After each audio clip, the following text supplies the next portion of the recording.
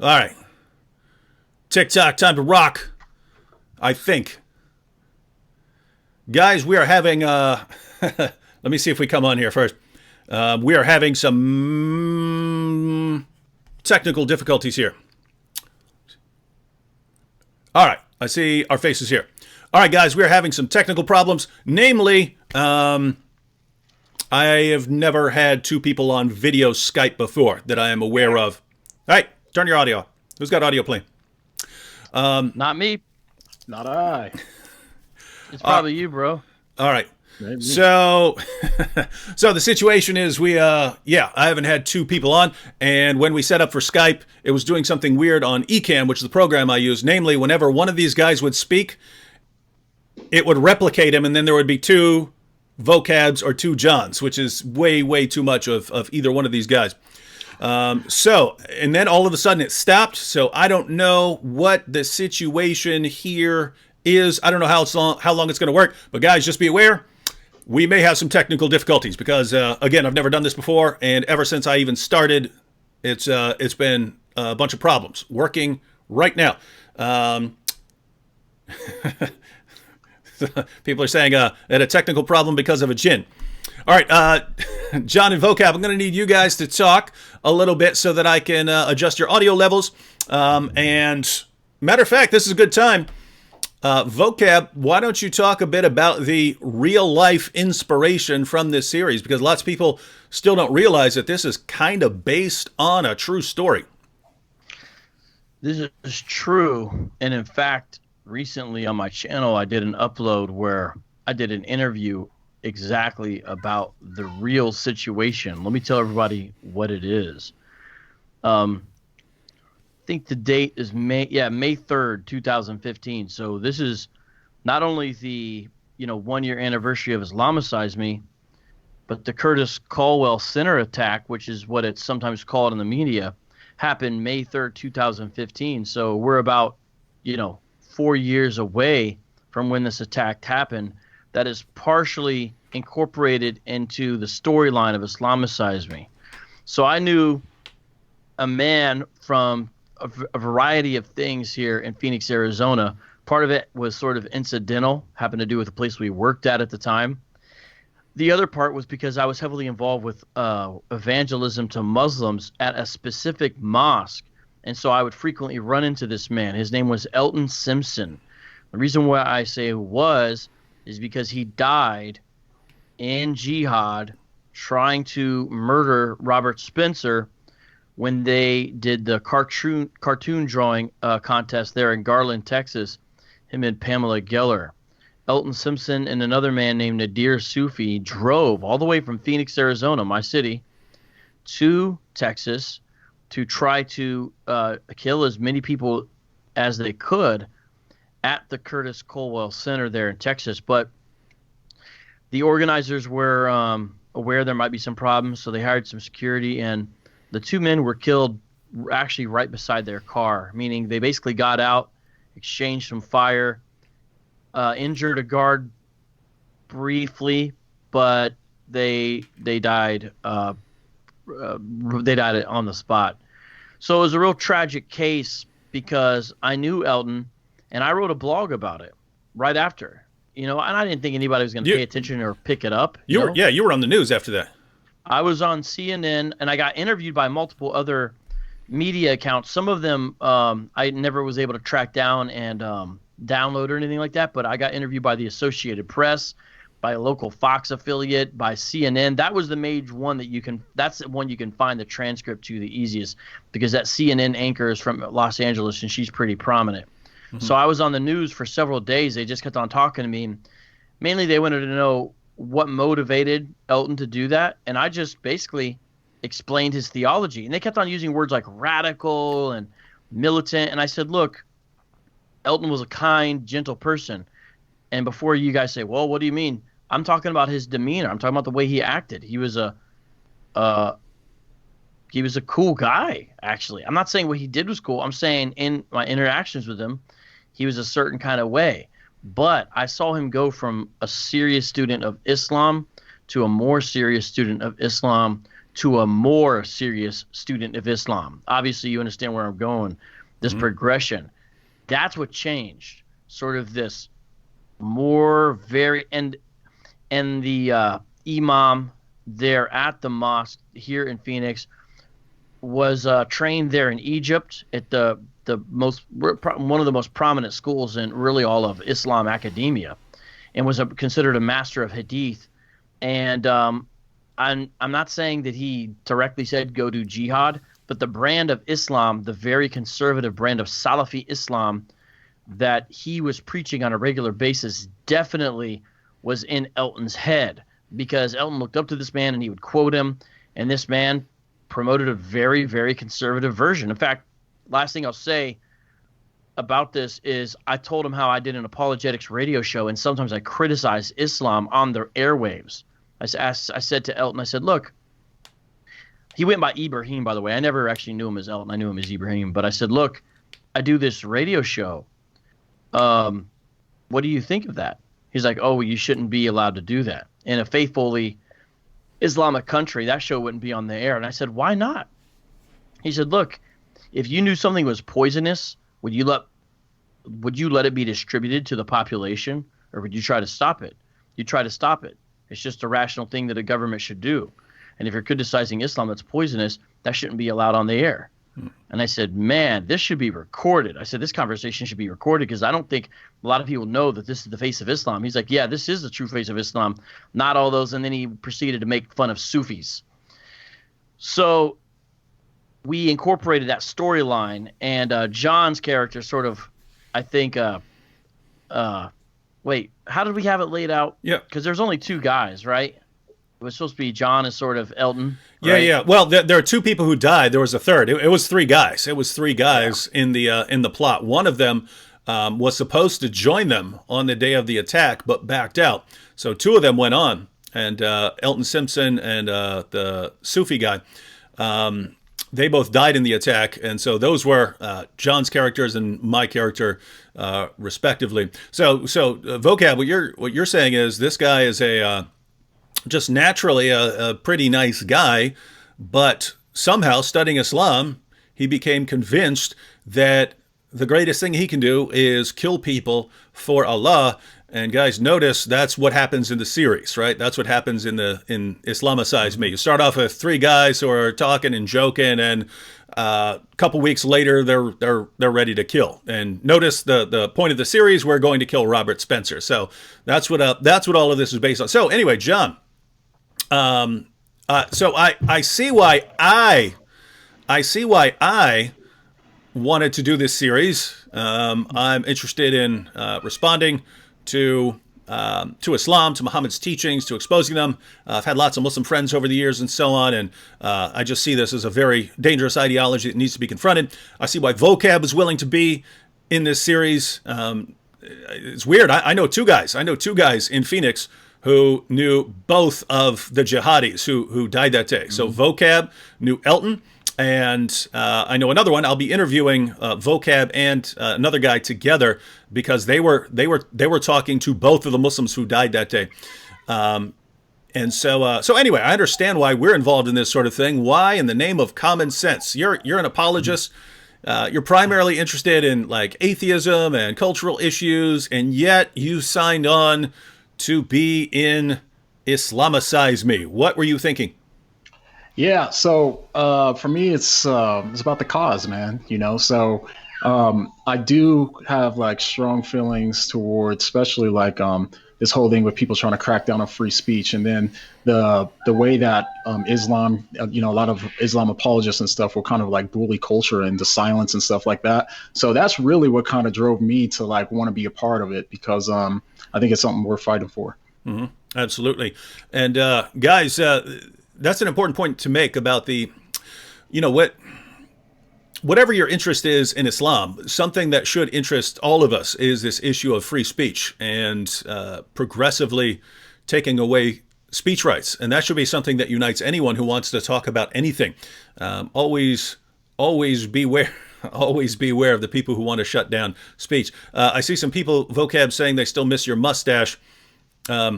Just so everyone knows. Oh, my goodness. Yeah. Mario. Thanks, guys. I appreciate it. Those are my true friends and true supporters, the people that said that. True friends don't let you wear that mustache. Yeah. Well, it's unfortunately for them, Vocab is not going to have that mustache for a long time because we're working on a new series where he's going to be Muhammad for a long series of videos.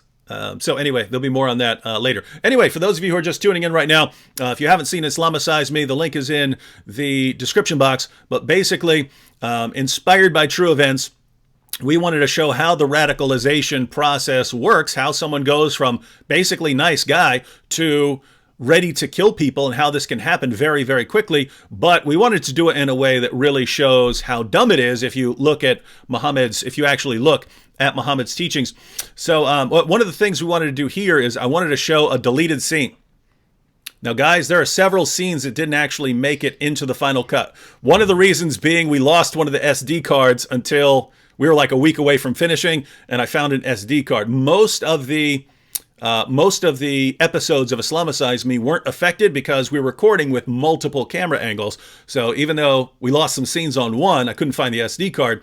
It was wedged into the edge of a camera bag. But we were still able to post the videos because we had multiple camera angles. But there were some things that required, in fact, there's an entire missing episode, which we'll post one day. But that was an episode where you definitely needed multiple camera angles because the way we had to edit it was going to require multiple camera angles. But we also have deleted scenes. We're going to play a deleted scene right now. And this one was on the lost SD card, and I got it back, and I thought about including it later in the series, like, because it was already too late for what I had intended to use it for. We wanted to use it later in the series, but I realized the clip was massively overexposed. So for a lot of the series, we actually had professional cameramen helping us record. And then once we all wrapped up, we realized we were missing a few scenes. So me, John, and Vocab got together again afterwards, and I recorded a few scenes, and I just messed up and massively overexposed this. So the idea is, now, John, do you remember the background here? This is my Islamic gear was supposed to be soaking wet. And so my Islamic gear is supposed to be soaking wet because I just washed all the semen off of me. Guys, this is about to get nasty. So if you got anyone like 10 years old or younger, you might want to get them out of the room. 12 years, this is PG-13, put it that way. You're learning a lot about David right now, everyone. This is PG-13. So the idea was that I was walking down. We're going to play this clip. And I'm supposed to be wet. My clothes are supposed to be wet from washing semen off of me. John, do you remember what this is about in the Islamic sources? Yeah. So in Sahih Bukhari and also Sahih Muslim, there's also one other source I can't remember right now. But anyways, there's Aisha narrated, or it was narrated that said that Aisha said that she would have to wash the semen off of Muhammad's clothes before he went into the mosque to go pray and that sort of thing too. So yeah, so that's the idea. That's the idea, guys. Is that and you mentioned it's in multiple sources, actually in a ton. Those are the ones we've kind of used for videos in the past. But we're going to actually look at those here in a minute. We're going to look at those sources, and you Muslims in the comments section. You Muslims in the chat, I would like to hear from you. I would like to know why your prophet was constantly covered in semen. So we're going to look at those sources. You have some time to gather your thoughts together, but we'll go ahead and watch the deleted clip, and you'll see. So the problem was when I say massively overexposed, meaning I needed to lower the exposure, because if it's too bright, then you can't really see that my clothes are wet. And so I ended up not using it and understanding that I could come back and use it as a deleted scene some other time. So let's go ahead and take a look at this deleted scene. Oh, wait, that's the wrong one. As long as you've got the volume up. Make sure you get the volume up on the movie, on the program. No, I'm looking. All right, here we go. So, Yeah, Quran Jamal. 434. Jamal, I just saw the best YouTube video. Have you ever seen when D-Dot smashes Jimmy Swaggart? Yeah, that That was was great. great, That man. dope. It was awesome. Oh, bro, is that you put on a fake beard? Nah, man, it just grows in spurts. Bro, what? It's just That's a fake it's real beard. splotchy, you know? What are you? That's a Just fake beard, dude. That's haram. Will you I'm tell just, this? I'm just story? wearing this until my Suna beard comes in. Until my You Suna look- beard comes in. you look like I'm a just idiot. temporarily wearing this. Wait, why are you wet? He's going to the mosque. Why are you all soaking wet with water? Did you pee your dress? We're going to the. You guys He think didn't you're learn funny? how to You guys, squat. No one you guys squatted upside Do you down. have any idea who you're making fun of right now? Backpack. Why am I covered in water before going to the mosque? Ah, backpack, magic backpack. I'm the Mega the Mac attack backpack. With this sack reacts, I'm like a maniac. I got stacks of facts to keep you all on track. Welcome to Dennis's School of Islamic Instruction.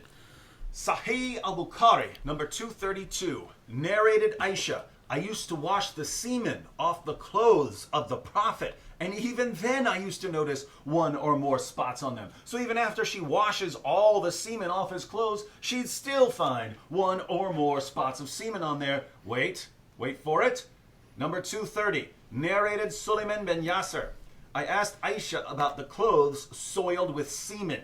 She replied, I used to wash it off the clothes of Allah's messenger, and he would go for the salat, prayer, while water spots were still visible. So Aisha would wash the semen off him so he could go to the mosque for prayer, and he would have water all over him from washing off all the semen. That's exactly what I'm doing, and you guys are making fun of me. So those are water spots. These are water spots from washing off all the semen. Where did you get all the semen from? How much From all water the did muta. you use? From all Wait, the wait, wait. muta. How could you get it from the muta? Because the Prophet specifically said, no coitus interruptus. Okay, first off, you're supposed to park the car in the garage. You don't pull the car out of the garage. We finish what we start in Islam. So again, I asked you, where did you get all the semen?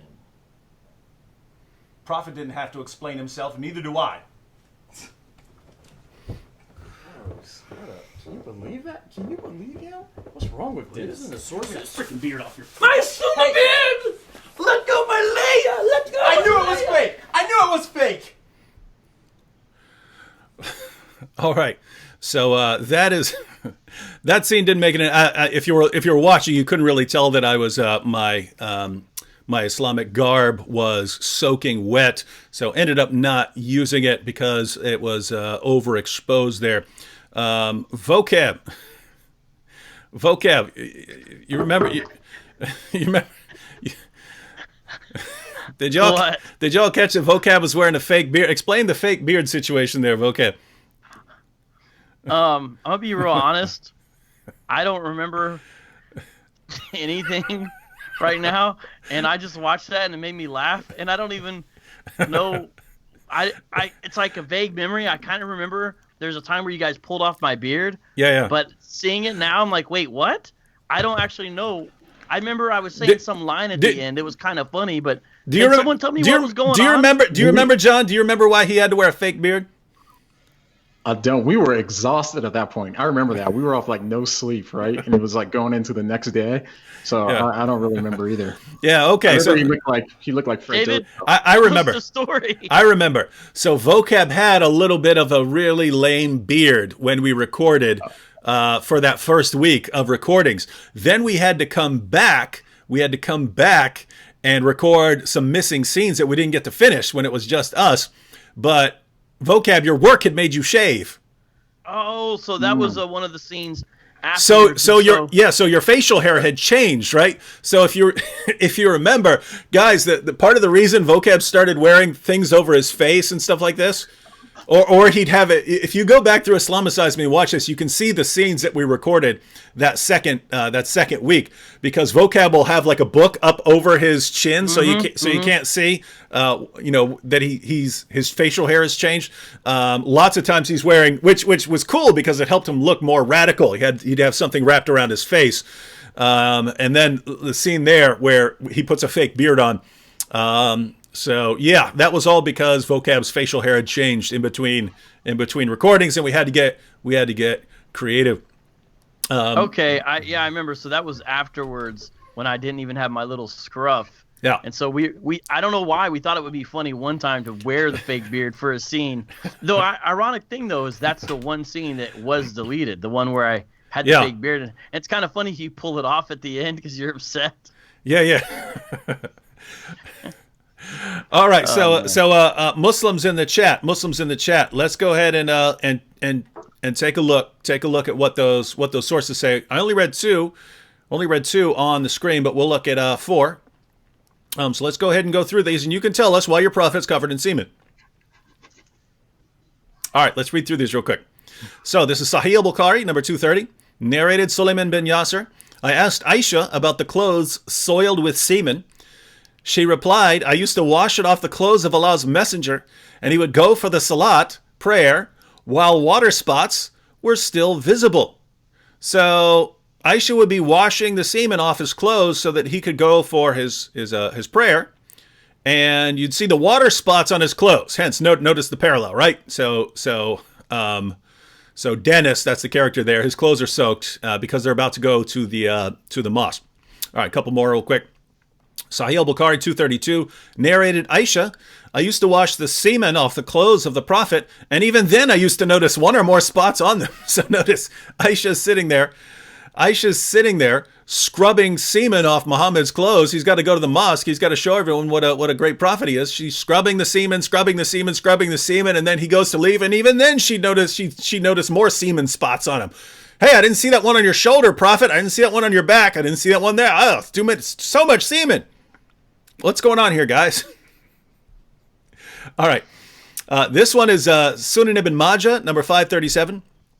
It was narrated that Aisha said, I often scraped it, the semen, from the garment of the Messenger of Allah with my hand. So Aisha would have to scrape it sometimes. So notice, sometimes she would use some water, wash it, and then there'd be water spots on there. Other times she would just scrape it off with her hand, scrape off that semen. I guess if it's dried up, then she would scrape it off there. All right, one more. This is Sahih Muslim 669. It was narrated that Aisha said concerning semen, I used to scratch it from the garment of the Messenger of Allah. And guys, these are all over the place in the Muslim sources. It's like one never-ending mass of semen all over Muhammad, and all these hadiths about Aisha having to come up with ways of cleaning it off her prophet. What? Okay, let me put it this way. There are only a couple possibilities here, right? So, possibility number 1. Muhammad was masturbating and ended up getting semen. He used his clothes as, the towel after he masturbated. So, that's one possibility. 2, he was pulling out during sex. Sex to avoid getting the woman pregnant, but that's coitus interruptus as he condemned that, right? He told his followers not to do that. It's better not to do that, right? Because you're trying to play God and control who's going to be born and who's not, right? So that's not an option. Why is your prophet covered in semen? He's the only prophet in history I can think of who's constantly covered in semen. No one else has to ever deal with that sort of situation except in Islam. So Muslims who are here, I know you're here. I know you're here. I know you watch. I know you can't stay away when you hear that D Wood and What Do You Meme and Vocab Malone got something going down. So you tell us. Give us your explanations. I will gladly put your explanations up on the screen. So go ahead and get to those, Muslims. Tell us why your prophet is constantly covered in semen. Where's the semen coming from? And notice that's what they're asking me. They asked the obvious question in that video clip. They say, well, where'd you get all this semen? Why were your clothes covered in semen that you had to wash it all off? And I said, the prophet didn't have to answer, neither do I. And I storm off. Right? That's the idea. Why don't we have an answer here, right? Anyway, Muhammad, the semen-covered prophet of Islam. All right. Does anybody else think that maybe Aisha was like sneak dissing Muhammad, where she was really upset about it? Because why else would she include that? So she's like really upset about it, but she's doing that girl thing where she's being passive aggressive. Oh no! If anyone's going to do that in the Muslim sources, I think it would be Aisha, because like when Muhammad would get some special moral privilege, and Aisha said, "Your Lord hastens to satisfy your desires," right? She's clearly not saying, wow, what a wonderful person you are, right? She's saying, wow, isn't it? Wow, it's a miracle. Every time you want some perverted thing, Allah rushes in and gives you whatever you want, right? So Aisha was feisty like that. So yes, that is a possibility there. All right, well, we're going to give the Muslims an opportunity to defend their prophet and explain why their prophet was constantly covered in semen and had to go for his prayers with water spots all over him because Aisha washing it off, although sometimes she would scratch it and scrape it and stuff like this. Anything to get off all the semen when Muhammad was on his way to prayer. But we have a question for all of us here. And so we can answer this while Muslims are coming up with their brilliant defense of their prophet. And we'll answer this question. We'll see what responses the Muslims can give for this. And then we'll check out a blooper clip here in a bit, and then we'll just take questions. All right, so here's the question. This is from Alan Rule. It says, God bless you all, and thank you for Islamicize me. Question for all of you. What is your favorite episode of Islamicize me? Mine is day 19, breastfeeding. So, do you guys have a favorite episode or a favorite scene in that series? For me, probably one. All the ones that I wrote are my favorite ones, or the ones that you had me do the thing. Those are always my favorite ones, naturally. But I liked the fart scene was funny, and also the one where me and Vocab's calling that hooker. those are probably the two that jumped in mind. But actually, my favorite episodes though is the ones with Robert Spencer towards the end. Those are all like my favorite ones in the series. Mm-hmm. Yeah, and that first mutta view, you wrote that one, right? Yeah. And guys, if you are disturbed by that first mutta video, that's what happens when I say, all right, I have to go record this stuff with Robert. You guys go make that video while I'm doing that so we can sort of get double the work done. And that's what they came up with. It's pretty disturbing. My favorite one is where we sent Jihad Jr. in to kill Robert Spencer, because I wasn't involved with a lot of the shooting of that one. Mm-hmm. And so like seeing it was just a total surprise, but not just that. I like the way it was filmed. Like it sort of had a horror film type of vibe. You know, he's running down the hall. There's a scary music, keeps on opening different doors. I like the surreal nature. And I also like the dialogue that we were having with him. So that episode just makes me laugh every time. And then honestly, secondly, okay. Yeah. We were recording the Muta scene while they were recording that one, right? Yeah, because it was all in the hotel. Yeah. And then probably secondly, actually is the final one.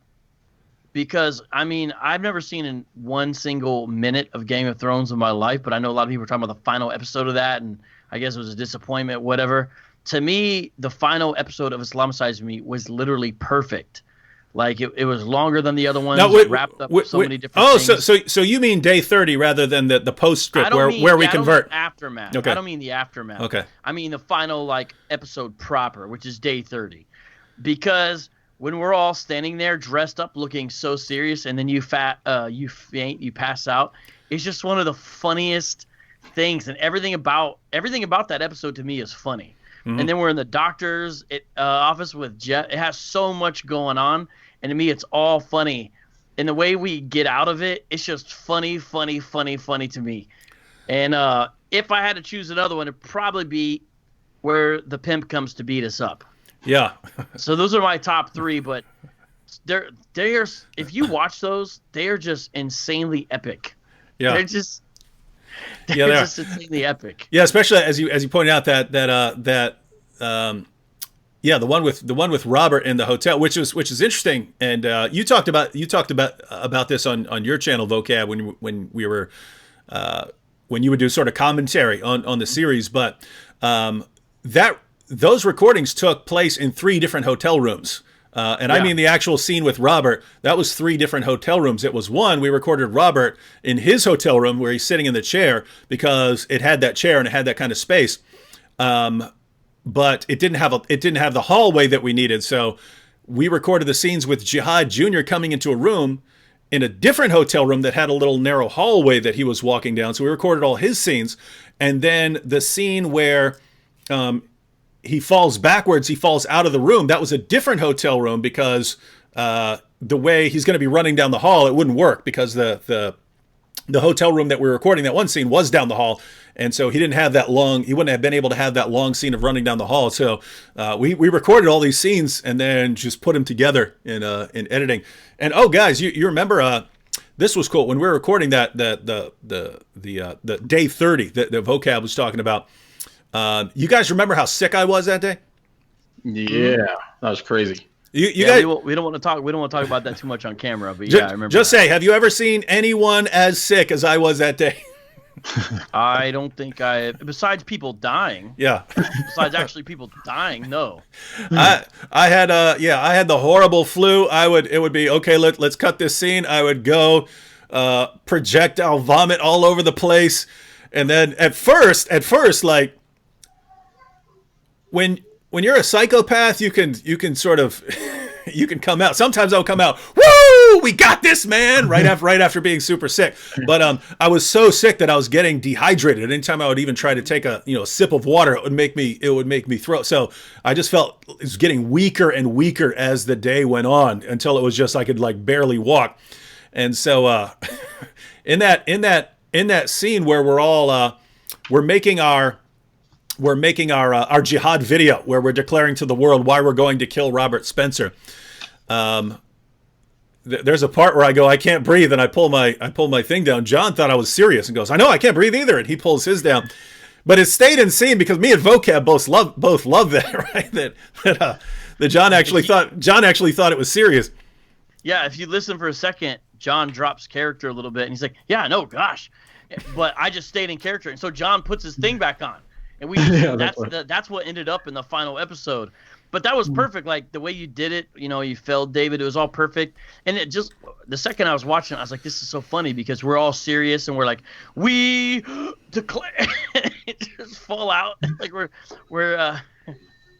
I don't know. I guess it's making the light of a bad situation. Yeah. Yeah, that was a rough day, but I'm glad we got that an awesome episode out of that one. And yo, I was gonna say, and Marzufakar says, David, please stop this nonsense when you were talking about the semen stuff. Oh yeah, why? Why would he consider that nonsense? I was just curious. Should we help him out, David? There's one thing that Muslim apologists say, but you already know what it is. No, I want to hear what they say, and I'll go ahead and put it up on the screen. So guys, tell me. And we've been talking. So, should I go ahead and give them their one answer? Oh, hang on. Check this out. David Perry said Halal Hogan merch. He wants some Halal Hogan merch. Oh, we can make them like tank tops. Unfortunately, I don't have the sleeveless shirts, but we can make Halal Hogan shirts for people to wear. David, I'm shocked at how many people have never watched Islamicize. I'm looking at the comments, and there's a lot of people who've never watched them. No, I think it's because when we did it, Wood was, I think he wasn't even at 200K subs or something then. So there's like another almost 200,000 subscribers. So I have a ton of new subscribers. Anyway, guys, if you haven't seen Islamicize Me, keep in mind it's not for everyone, right? Some people like live streams, right? They like conversational, discussions of various issues and so on. Some people like, short, concise 5-6 minute videos on various topics. Some people like skits, and so there are some people who watch Islamicize Me. They watch 3 episodes and they go, "This is stupid. I don't want to see it." And then there are other people who watch it and go, "This is the greatest thing I've ever seen." So it's kind of different people like different things. So if you haven't seen Islamicize Me, go ahead and watch a few episodes. And guys, do you remember when we found out that kids were watching this? What was funny is it never entered my mind that kids were going to be watching this, right? Because we've got all those mutta scenes and everything, and I just had no idea. I actually toned down some of the videos in the editing because I was like, gosh, people are watching with like their 7-year-old kids.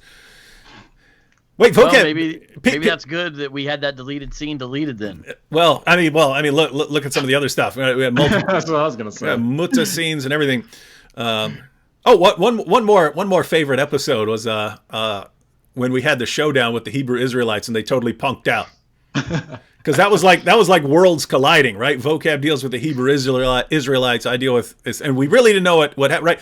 When it's just us, we can figure out what we're going to do and plan it out and stuff like this. When we're rolling up on an actual cell of Hebrew Israelites and we're dressed as Muslims, we do not know what is going to happen there, right? You can't say what the other group is going to do. So I thought we were going to get into an awesome discussion where we were going to basically be telling them, hey, Muhammad's a white man. You guys are saying that, what, Muhammad can't make it to paradise? What's going on here? Thought there was going to be some sort of discussion. Instead, they just totally punked out the entire time. To the point where Vocab, as Giovanni the Muslim convert, was calling them cowards repeatedly, and they still wouldn't answer. These are the tough Hebrew Israelites, man. Yeah, that same group, I don't know if you guys saw on my channel recently, went and sicked a cop on me when I was trying to just simply talk to them. Not, yelling, no cameras, none of that, just talking to them normal. Mm-hmm. After about a minute and a half, they went and got a cop on me. And shout out to an apology accepted Mike. I think he's in there for editing that video, but you can watch them and hear them. Go get a cop on me, and they're like, "Oh, he called us a cult." So they punk out pretty quick, it appears, as far as actually dealing with their arguments. Mm-hmm. Let's go ahead and check this out real quick. Oh, you know what? Hey, real quick. What? Today when I was driving home, I saw a whole cop situation going on, speaking of cops, and I saw it looked like it was going to be road work, but I'm going by, and I look over to the left. on 19th Avenue, and a whole bus stop. Like, the bus stop is the part where, there's like a little cage that goes up so people can sit underneath the little roof awning while they're waiting on the bench, had been dislodged and was on the street, taken down. Some kind of truck or something ran into it and just totally destroyed it. My point is, that was the exact same bus stop we waited at. That bus stop has now been destroyed. Wow. As of today. Like, obviously they're going to put another one up, but the actual one we were under when we were waiting on the bus after Robert Spencer stole our caravan, who does that? That one we were waiting at with the knives out in the open when the people gathered together, and I think probably called the cops on us when we left. That bus stop got destroyed today. Anyways, just a bit of memorabilia gone. Wow. Well, we got the video of it, though. All right, we have this comment from Salmon Player. He says, he's talking to Alan Rule, and he said, is a snowflake that would put me in a time out simply for pointing him to what the Bible says. Guess what? I was put in time out. No, lol, I didn't put you in time out. I didn't put you in a timeout. David is a snowflake. Yeah, you've been called a lot of things. I don't. Such a snowflake. I call you snow all the time, don't I? Yeah, you call me snow, toilet paper, paper towel, TP, teeth, socks, milk. milk. Yeah, Breathing white. Yeah. So yeah, he does that. And what are you talking? First of all, Salmon, why would you even want to talk about what the Bible says here? We asked a simple question. Why was your prophet always covered in semen? To where Aisha has to, hey, careful, prophet, careful! You're about to head to the mosque and you're covered in semen again. The question is, and Muslims don't seem to get the point. And let me give an example here. Here's Abdul Rahman. He says, what's the problem? Don't go to the mosque with semen after being with your wife. All right, you missed the point. We agree. You shouldn't go to the mosque covered in semen.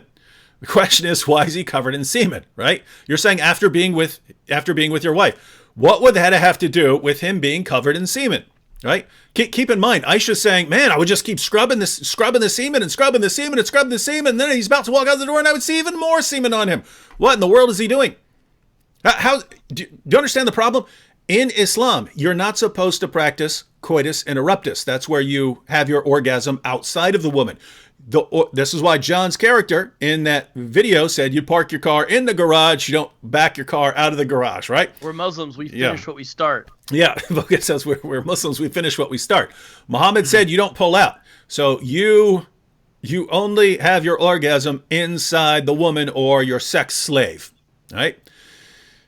So why has Muhammad got semen all over him? Do you really not understand that's weird? Guys, tons of people have sex. They don't walk around covered in semen. Do you not understand this problem, right?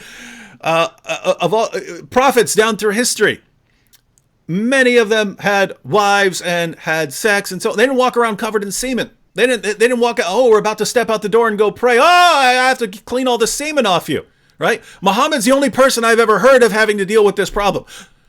So the question is, why is your prophet the one person in history I've ever heard about who's got this never-ending semen problem all over him? And we asked you guys why, right? It's a simple question, right? I understand we're making fun of it and stuff, but if you give me a legitimate answer, then please give me a legitimate answer. Why is Muhammad constantly covered in semen? Simple question. Here's sort of an answer. Abdul Raham. Is it recent? Yeah, it's like yeah. Because I'll put it on the screen. It is recent. 6:29 p.m. That's his business. That's his wife. That's the joys of this life.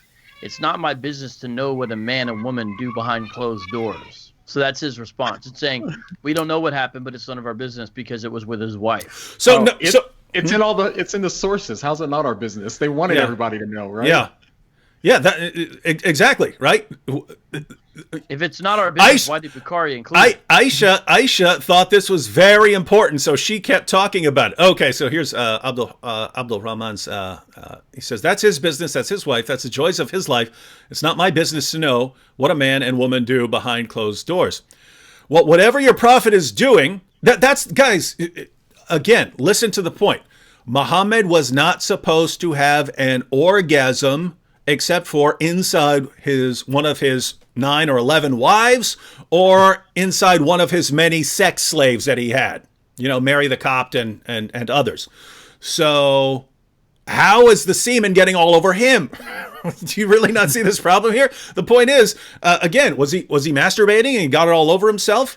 Was he breaking his own rules? So he was practicing coitus interruptus, so he would have sex with Aisha and then stop and ejaculate all over himself so that she would then have to... Plot twist, how do we know it was his semen? That's the question. A question that could be raised. I'm guessing it was Muhammad's and that he just had some sort of problem, something like that. But that's why I'm asking Muslims, guys, I've never heard of anyone having this problem, right? Guys, are you aware of anyone having the problem of constantly being covered in semen? Here's another answer. By the way, I'm a moderator. I understand this topic right here is it's PG-13 to say the least by nature, but a lot of you guys are making rated R and X comments. Whenever I see them, I'm getting rid of them because we're not here to make porno type jokes. We're asking serious questions because he's supposed to be an example and model for everybody, and it shows some inconsistencies. He's the pattern. Mm-hmm. So here's Michael Crean at 6:30. It's a recent comment. Says this: incomplete hadith quoted. You are missing the rest of the hadith. You are out of context. Really? Check this out. So here's Michael. Here's Michael Crean again. Answer: what's wrong in cleaning semen stains from clothes of husband? Guys, have we said one thing claiming that it's wrong to clean semen stains? We're asking why the semen stains are there, guys. We understand Aisha would want her prophet to be nice and clean and not be covered in semen when he's going to the mosque. We understand that. We agree with her. We would hope that Aisha would clean the semen off her prophet as he's going out to the mosque to lead the prayers. We're asking, why is he covered in semen to begin with? Because there are only certain possibilities, right? I've named several possibilities. John named an additional one. We're asking you, which one do you believe? Do you believe Muhammad was masturbating and ejaculating all over himself? Or was he violating his own rule, forbidding coitus interruptus? And was he doing that even though he told his followers not to do that? Was it someone else's? These are the possibilities, guys. So why was your prophet covered in semen? I didn't plan on talking about this for all Here's for the all, answer for all I this thought time. we were going to hear. Are you ready? Hang on. Okay. I did want to. So you got the answer? Hang on. No, I'm saying I see an answer in the live chat that Okay. I thought was going to be the first thing they were going to say. Okay, so, but I just wanted to respond to this charge because Okay, go it ahead. says, don't write incomplete sentences from the hadith you quote. Didn't we put them on the screen and read the entire hadith? Let's go through these again. I'll be quick. So, no incompleteness for us. All right, here we go. Sahih al-Bukhari, 230. Narrated Suleiman bin Yasser. I asked Aisha about the clothes soiled with semen. She replied, I used clothes soiled with semen. That sounds extensive. That sounds very extensive. that sounds bad. She replied, I used to wash it off the clothes of Allah's messenger, and he would go for the salat, prayer, while water spots were still visible. So imagine this, right? Because some people would have to wonder, hey, why is Muhammad showing up for prayer with his clothes soaking wet? That's the point of that skit we did, right? Vocab and John are like, why are you covered in water? What is this? We're going for prayer. Why are you covered in water, right? Muhammad's followers wouldn't have known, but Aisha fills in the details later. Oh yeah, that's because I had to wash a bunch of semen off him. So let's go. No, so guys, did I misquote that? Did I leave something off of that?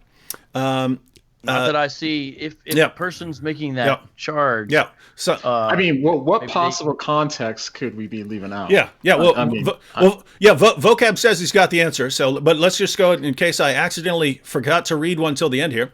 Sahih al-Bukhari 232, narrated Aisha. I used to wash the semen off the clothes of the Prophet, and even then I used to notice one or more spots on them.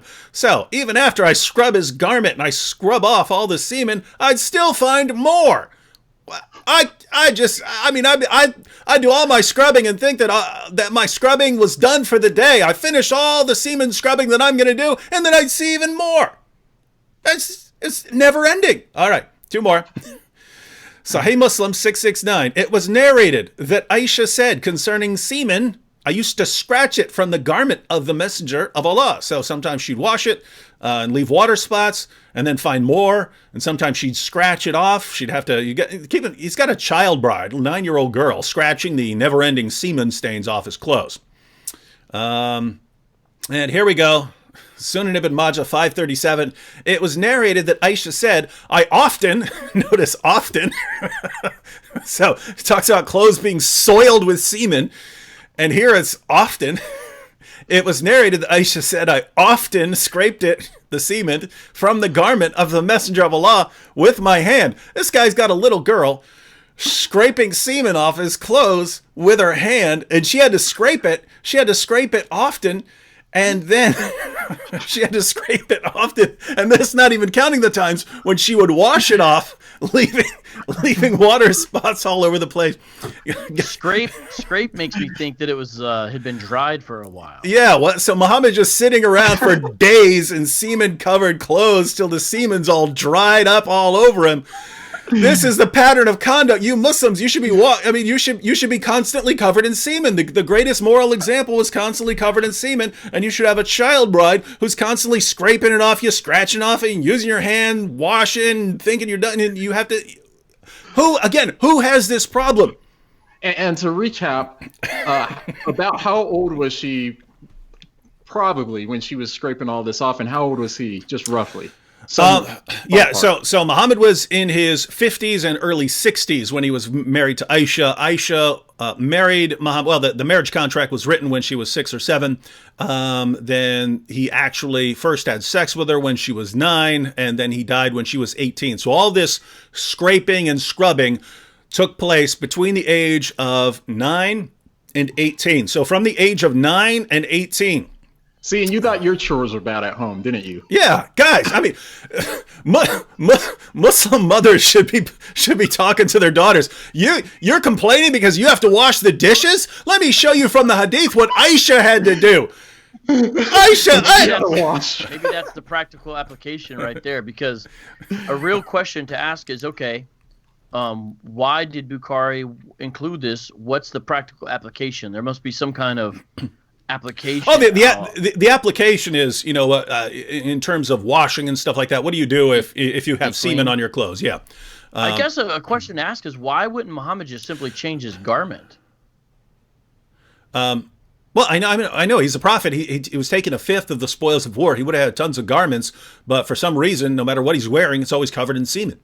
He's probably proud when you think about it, because doesn't he have the sexual strength of how many men? 30 men. Yeah, 30 men. 30 men. That's what they said. maybe and again, if it's dried, because if it's fresh, you would think, okay, maybe Aisha was involved and she's aware, so that's why she's looking. But if it's dried, it makes it like, well, was she involved and aware? Because it wasn't fresh. There's a lot of questions to ask. Oh, there are some questions to ask. Here's what I thought we were going to hear right away, because here's the response I've heard from Muslim apologists. Smart Seller at 632. You have to go back a while now to find it, but it says this, David and John: if you have wet dreams, you definitely will have semen on your clothes. So that's what I thought we were going to hear. The standard of defense I'm aware of is it's his nocturnal emissions. So when he would wake up, he would have these, and she had to wipe them off. That's what I've heard. Yeah, and guys, does everyone know what the problem with that is? Yeah, he had 30 wives. No. He had the sexual strength of 30 men. He had between 9 and 11 wives. We have Muslim sources saying he would have sex with all of them on the same day, right? You have nocturnal emissions when you haven't had sex for a very long time. That's when that's when you have nocturnal emissions.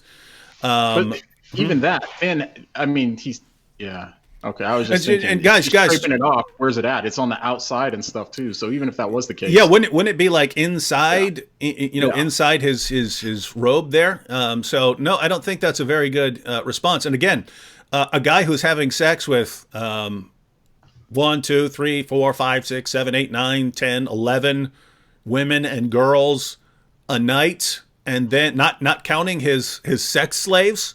Yeah, you can't keep clean. Yeah, well, I'm just saying, it doesn't sound like nocturnal emissions. That is not the sort of guy. A guy who's having that much sex is not the sort of guy who you have nocturnal emissions when your body just needs to expel that fluid. So no, I'm not buying that one. Oh, here's something. Why are we still talking about this? It's such a disgusting thing. Well, because disgusting thing to talk about. But yeah. Oh wait, hold on. Here's the Don.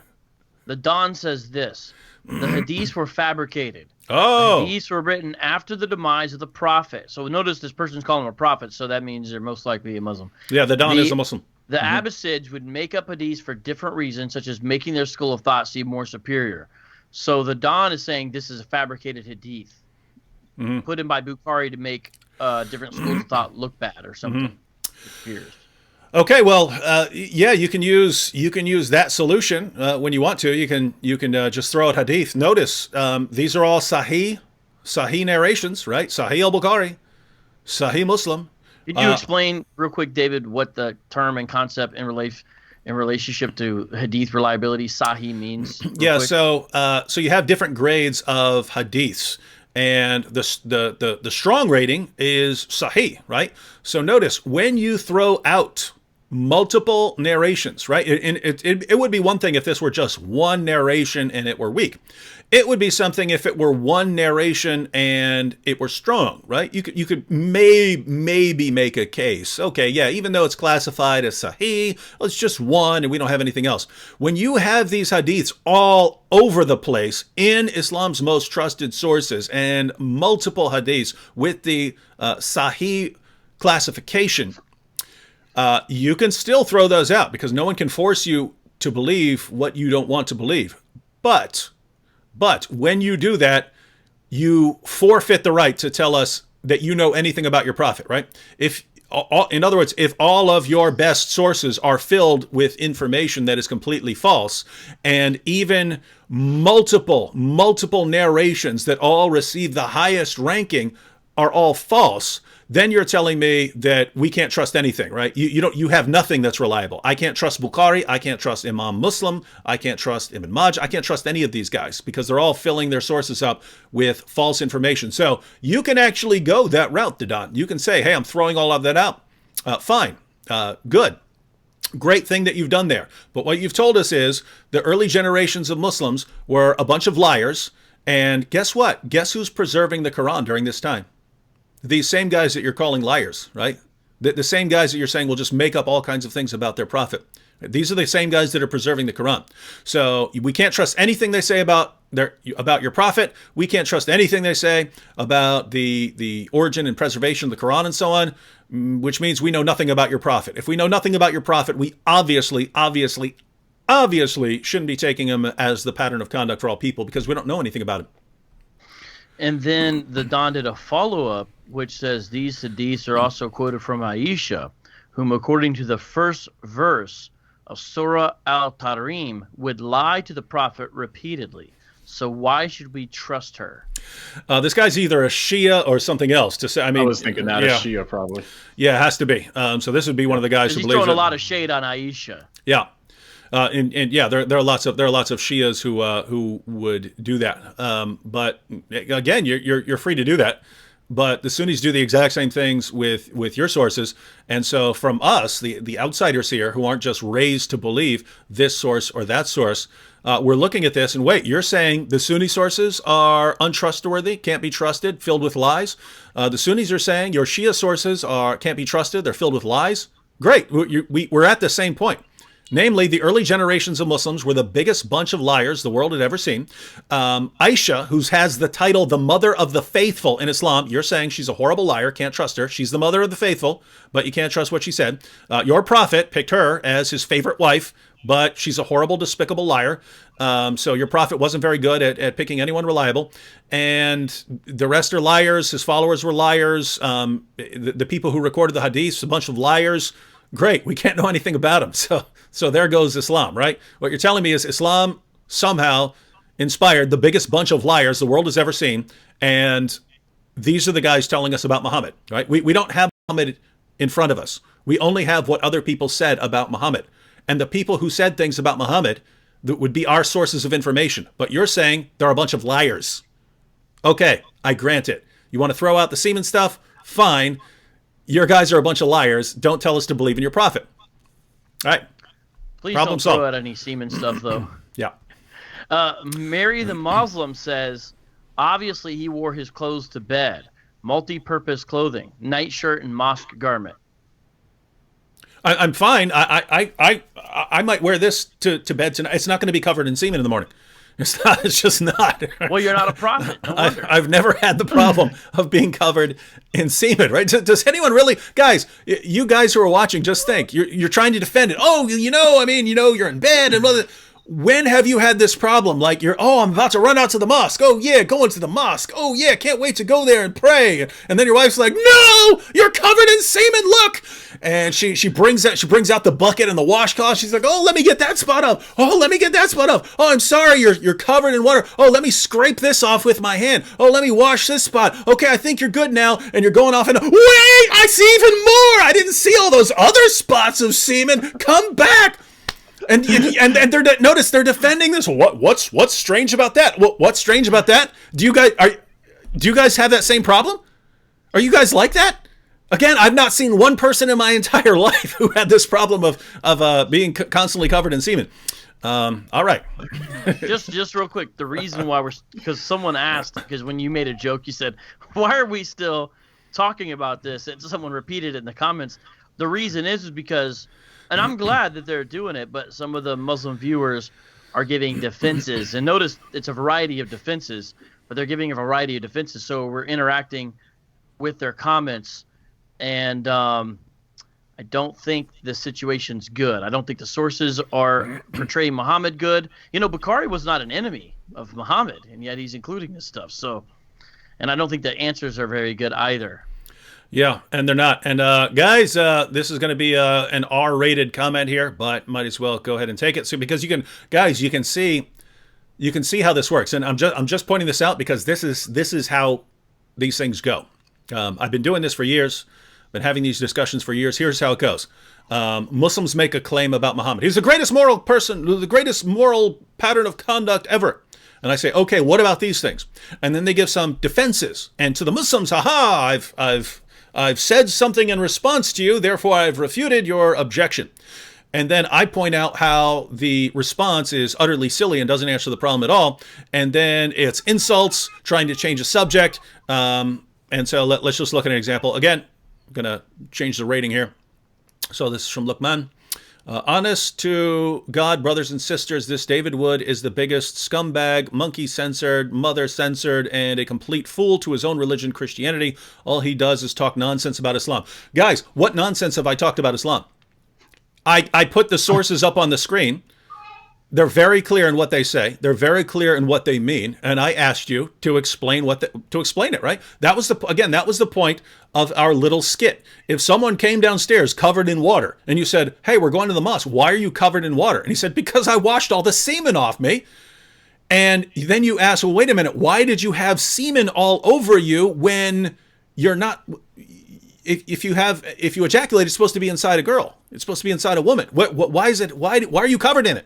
And then, "Well, I don't have to answer, and I'll storm off." How did the Muslims respond? "Well, we're not supposed to ask about that. That's between a man and his wife."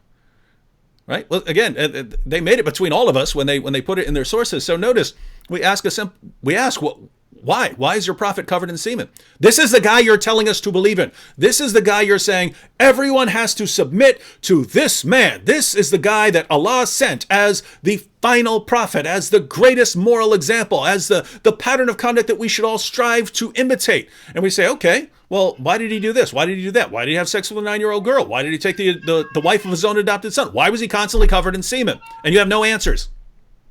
And then you still expect us to believe in it. Well, Undead Chronic Sun says maybe it wasn't Muhammad's. Yeah, that's what John pointed out earlier. Again, that's a possibility. I'm not saying that at all. That would create further problems, right? Because I mean, just walking through it in all seriousness, that would imply another man's involved, and that goes against certain hadith, right, about having a man involved in any kind of sexual intimacy. Mm-hmm. From what I understand, isn't same-sex relations only implied that it's wrong in the Quran, but it's a hadith where it's more clearly laid out. Is that correct, David? Yeah, you would have it. You would have in the hadiths. You have the sin of Lot and his people. And so that's where you have it. So the Quran itself is not very clear on condemning that, is it?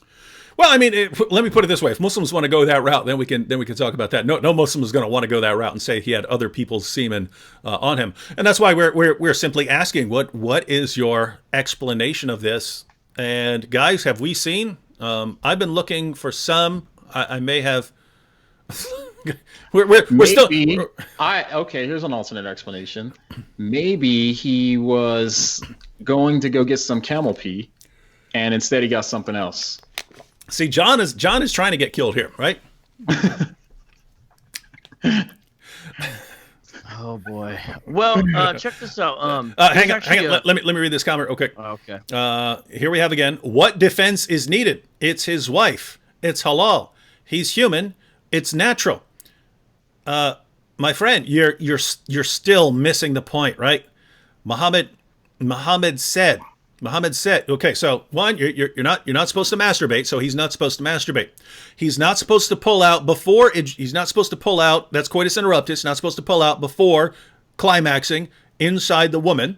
So he's not supposed to do that. So there's no situation where he's supposed to be ejaculating all over his clothes, right? So the only possibility here of where he would do that is if he had nocturnal emissions, a wet dream, but that would be inside his clothes. And there's no way a guy who's having that as much sex as Muhammad had would be having nocturnal emissions. So there is no scenario where it makes sense for your prophet to be, put it this way, however he became covered in semen, he violated one of his own rules. Either his own rule about homosexuality, either his own rules about masturbation, either his own rules about coitus interruptus. He's violating some of his own rules. So this means that your prophet is a hypocrite in some fashion. We're asking, do you have an alternative explanation? It's very simple. You give us this alternative explanation. Say, no, here's an explanation for why he's covered in semen, why Aisha spent 9 years of her life cleaning semen off her prophet's clothes and still couldn't get the job done. Give us an explanation. We're offering you an opportunity to explain, and it's, well, we don't ask things like that. Well, good. Then don't tell us to believe in him. Don't call him the pattern of conduct for all people, because as far as the options I see available, he's a hypocrite. He has violated something that he has commanded one thing to others, and then he himself has done something completely different. And it's not surprising at all. We see this. He commanded his followers not to have more than 4 wives. He had at least 9 or 11 at one time, not counting as sex slaves. Muhammad was a tremendous hypocrite. Hypocrisy is one of the things you don't do if you're the greatest moral pattern of conduct for all people. Right? Someone's offering an explanation. Nope. NC for YouTube. Maybe his garment was an undertowel for coitus with his wives. So This is getting very Why would creative you wear and it to the mosque? quite sophisticated and intricate. Yeah, So- why would you wear it to the mosque then afterwards? So this is the theory, right? Muhammad, who takes a fifth of the spoils, right? Who has multiple houses. He takes his mosque gear, the gear that he wears to the mosque, and he says, "Hey, Aisha, my beautiful little child bride, I'm about to climb on top of you and have some great sex before heading off to my 8 or 10 other wives' house to have sex with them. So I'm going to lay down my mosque robe right beneath you so that when a little spills out of you, it spills all over my garment instead of just, having a separate sheet or blanket or something like that I didn't lay down." So that's the new explanation, everyone, right? That Muhammad is, but notice, it shouldn't be all over it. So what you have to, here's what you guys have to say to make sense of this. This would account for the evidence, and I don't think it would necessarily involve Muhammad in hypocrisy, but wow, this is the most disgusting thing I've ever heard in my entire life. Here's what you have to say. Let's go through it. Here's what you're saying, right? Because again, it's covered all over the place, right? It's not just one little spot where a little spilled out of Aisha. It's all over it, right? So here's what you have to say. You have to say that Muhammad goes to have sex with Aisha, and he says, "Hey, here's my mosque robe. I'm going to take this off. Here's my thawb. Let me lay it down. Let's have sex. Oops, spilled it a little on there. All right, now let me take that same thawb, and now I'm going over to Hafsa's house. Hey, Hafsa, I'm going to lay this down. I'm going to lay it in a little bit of different position here so that any semen that spills out is going to be in a different spot on this thing. And then, okay, I just finished that up. Let me roll up my mosque robe here." And then he goes to Zainab's house. "Hey, Zainab, check this out. Let me lay this down. I want to have sex on my special sex robe, which just so happens to be what I wear to the mosque." So you're saying that this man's, basically his giant semen sponge of a garment is what he wears to the mosque, right? My best set of clothes that I wear to the mosque on Friday, man, that's what I use to sop up all the semen and lay my sweaty wives down. I got my wife's sweaty bodies all over this as we're doing it, and I keep spilling semen all over it. Hey, it's time to go to the mosque. Let me put that on. I want that on my body. I want that on when I go to the mosque. And Aisha's the only one with common sense going, "No! At least let me try to scratch and scrape it all off and then wash a bunch and then, oh, I missed some." Wow. When I got into apologetics, I never thought these are the kind of conversations I'd be having. This is epic. We didn't plan on this. I was going to play a clip just to show you guys a funny clip, and then Muslims are giving their defenses. Energy OO says maybe it was a communal wardrobe. They're all sharing. And then someone else say maybe that.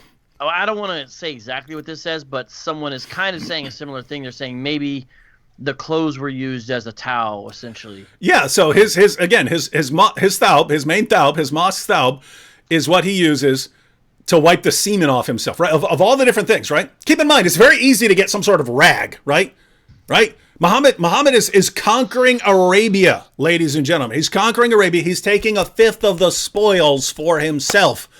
Those spoils include clothes, right? It's very easy to say, guys, okay, let me put it this way. Hang on, let me just ask the Muslims here. Okay, so you just finished, you had sex with your wife, and there's a little spillage, and so you can A, take the thawb you wear to lead prayers at the mosque, or B, take anything else in the world besides that to wipe up the semen. Muhammad's, hey, you know what? There's my mosque garb. I'm going to use that. And keep in mind, Aisha's saying this was often.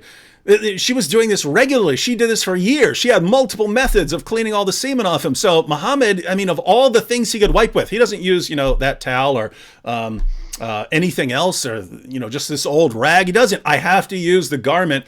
Keep in mind, guys, what would you think? Tell me, seriously, guys. Oh. You two, Vocab and John.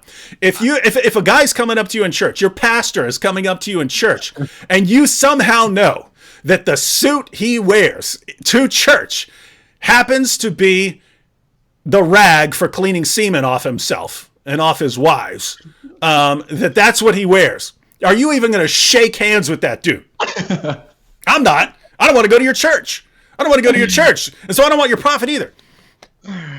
The same guy keeps making the same comment, but he said, David, I don't need to know what you do with your wife. That's not my business. But what he doesn't get is like if I mean, you don't need to know that. I get, yeah, that is the point. But if it's on the outside of his clothes and then his wife has to keep trying to claw it off, and then it's written in all the freaking hadiths and all that too, then yeah. And first of all, I call bull, right? I call bull. Yeah. If one of you, right? Let's suppose we became enemies like 6 months from now, and you guys, hey, we're going to give everyone the dirt on David Wood. Did you know that he was constantly walking around covered in semen, and his wife had to run around washing it off? If Muslims did not know that was true of their prophet, and they heard that, they would be blasting that. You see this lunatic David Wood? Why were his clothes always covered in semen? This shows you what a sick pervert he is. That's what they would say.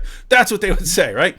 Someone brought up a good point, NC for YouTube, that actually said, well, basically that your scenario, I don't think this is a Muslim, by the way. I think it's someone trying to help out. No, that's fine. That's fine. He did make a round of all of them in one night. That's true. So I think it's saying basically your scenario could be true.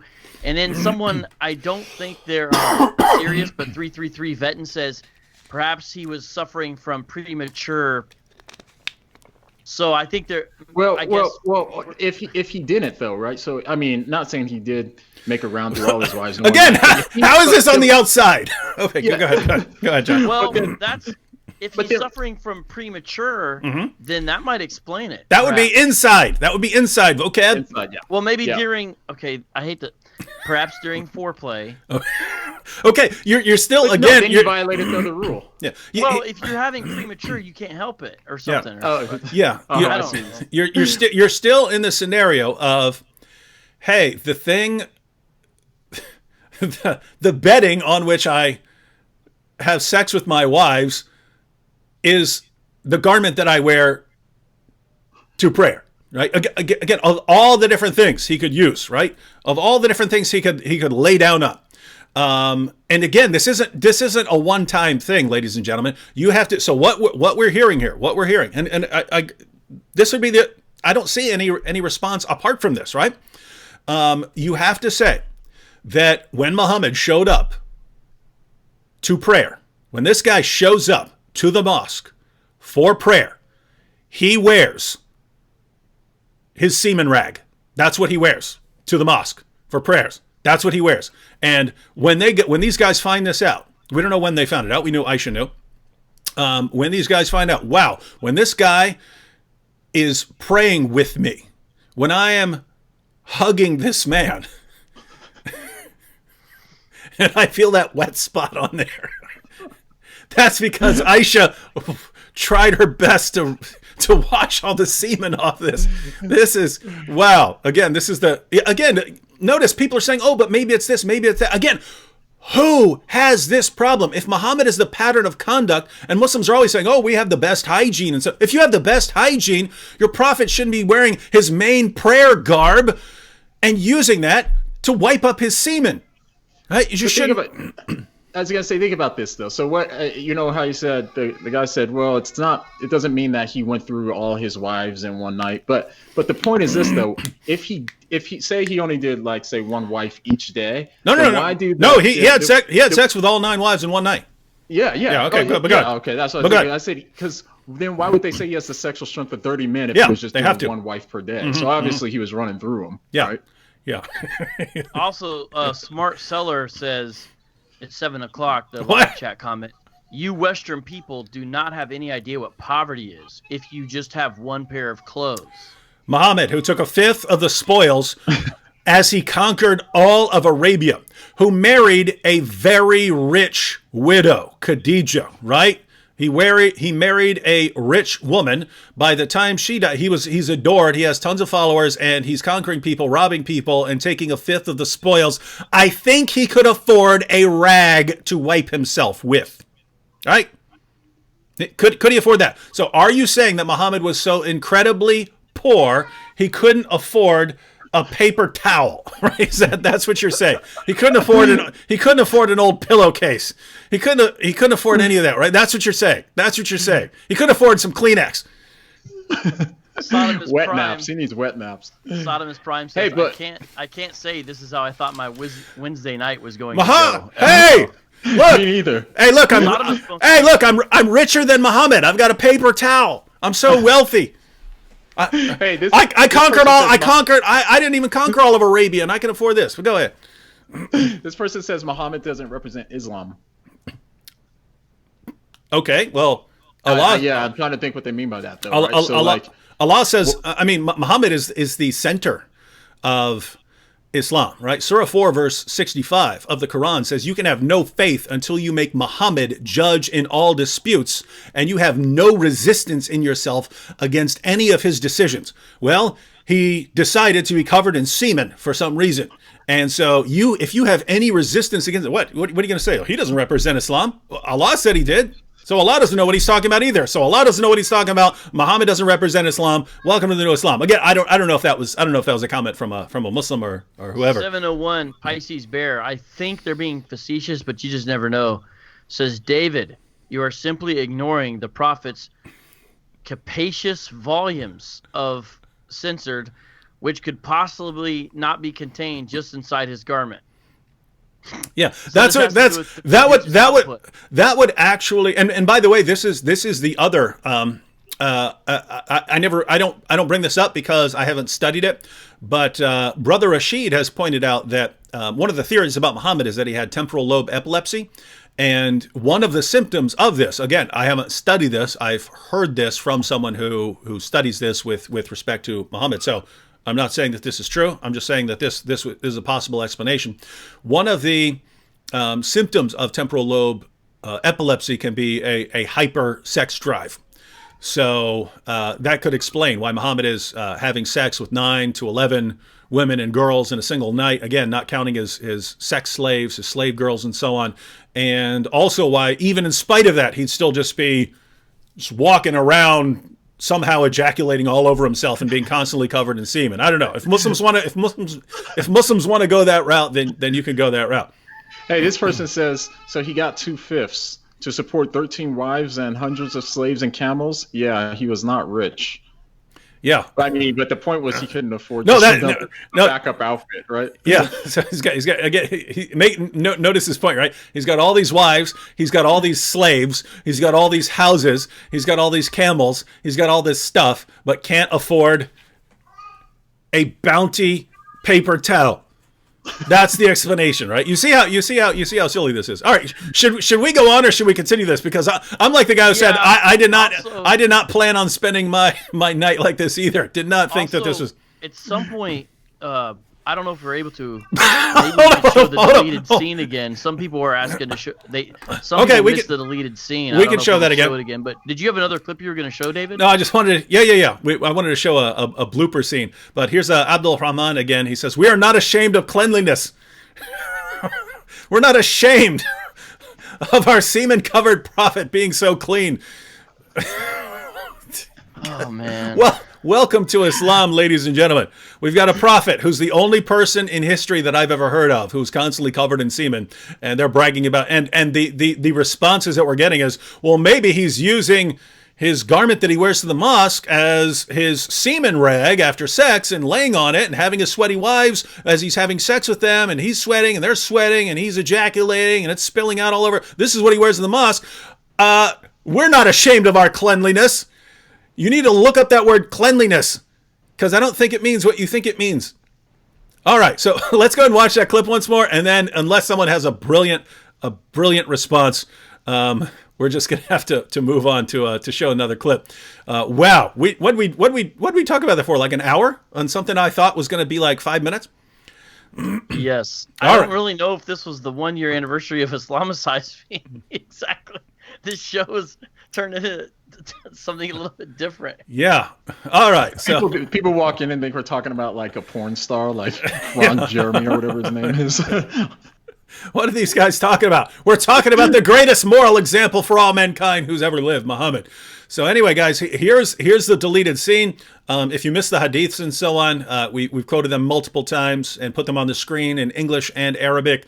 We've given the Muslims here tons of opportunities to explain these, and we don't. But this is all based on a deleted scene from Islamicize Me, and we'll watch it one more time, and then we'll move on and then wrap things up. All right, here we go. So, Quran Jamal. 434. Jamal, I just saw the best YouTube video. Have you ever seen when D-Dot smashes Jimmy Swaggart? Yeah, that That was great, That was man. good. It was awesome. Oh, bro, is that you put on a fake beard? Nah, man, it just grows in spurts. What?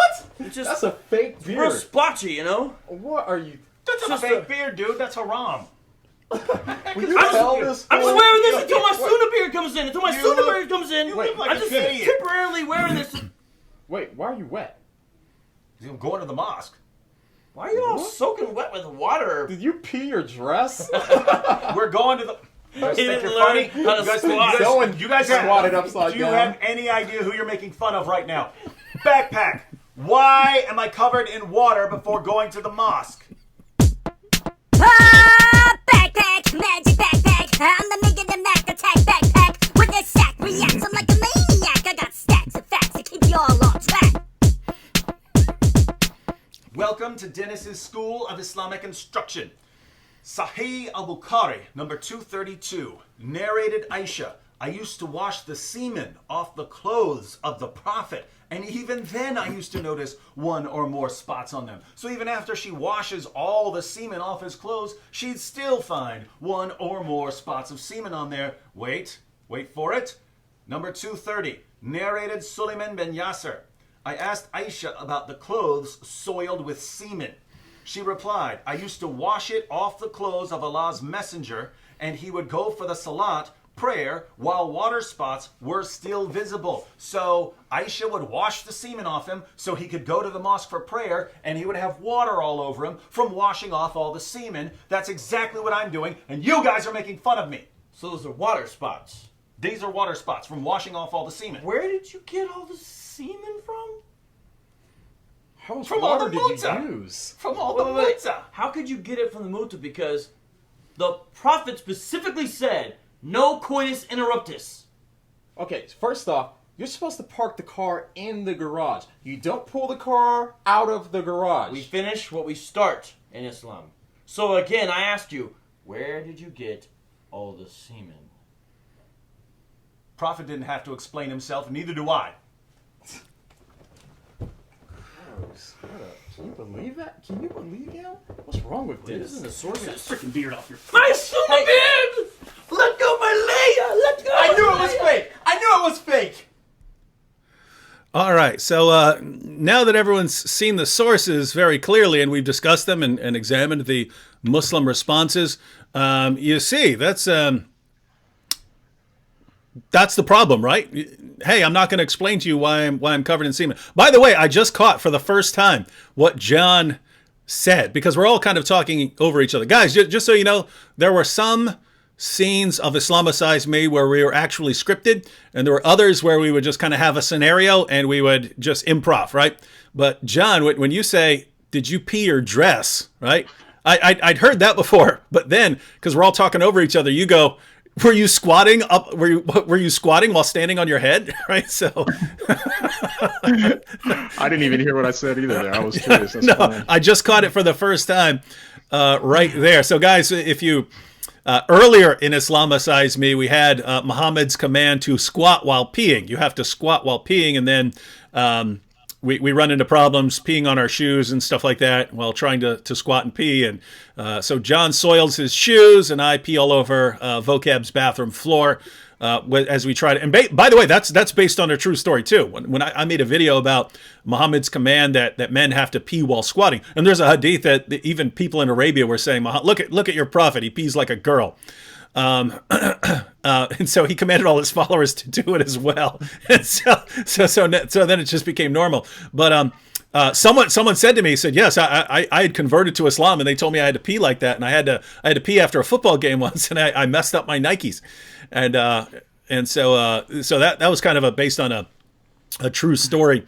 But yeah, so John's joke was, were you squatting upside down if you soaked your dress there? Anyway, wow. Oh, Alan Rule is saying that when we did the freestyle, that we mentioned that, like when I was rapping.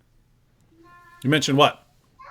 About the stains being covered all over. I think he's right. Remember the first time we did Dawa out on the corner? Mm-hmm. I think during the freestyle, I said something about him being covered. Oh yeah, you know, covered. yeah. That's because that clip was supposed to be before that, right? Oh, that clip was yeah. supposed to be used then, and I didn't have it. And then when I finally got the SD card, I said, okay, well, this is just us about to go to the mosque. Well, there's still more scenes where there's still another scene, because this was towards the end. There was still another scene where we're going to be heading to the mosque. But again, it was overexposed and so on. And it didn't quite fit because we had a separate introduction to that. We were watching like Halal Hogan and stuff like that. And it kind of didn't fit right in the middle of that. It didn't fit right to, hey, okay, let's go to the mosque. And then that scene, it didn't flow well together. Are you going to upload the deleted video to your channel? Eventually, when the people who are in it tick us off. Which one do you mean? No. You mean this one? I got you. I'm talking about what we showed tonight. Are you going to do a standalone upload? Well, it's right here. I would probably add some commentary on it to to explain it, but yeah. Yeah. Because if you're able to give it to me, I don't know if I could upload it. I'd like to upload it also standalone. Yeah, I could maybe make a little introduction to it or something. Yeah, you could like do it that. and just put the put the hadiths on there. Yeah, I was planning on taking the clip out of this of us discussing it and putting it up, but I thought it was going to be like a 5-minute discussion, and it's been like an hour and who knows how long, all on this. Hour and a half. Slada said, I think David is the backpack voice. That is true.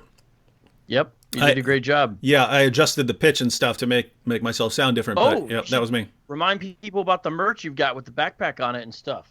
Oh yeah, for those who didn't see my update the other day, there's a link in the description box where we've got some merch, and one of the things you can order is a T-shirt with the backpack on the back of it, so it looks like you're actually carrying the backpack, and on the front it's got the backpack song for you fans of Islamicize Me. So that's the kind of just fun, goofy T-shirt, but I have some others where actually have some apologetics and stuff like that.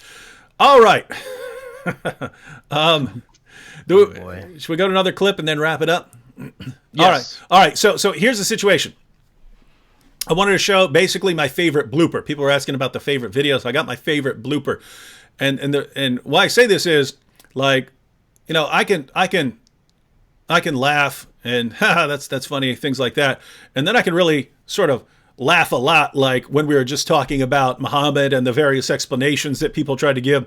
But it's very rare for me to just completely lose it and be cracking up and my head turns red.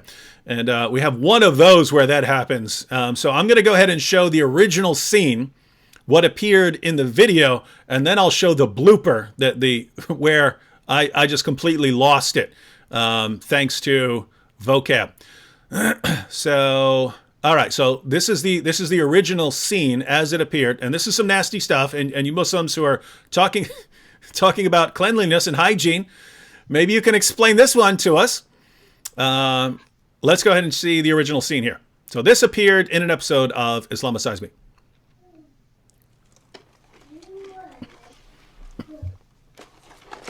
Hey, you got any napkins? Napkins. Yeah, clean my fingers. Napkins. You want to see what the backpack has to say about that? Oh, okay, yeah.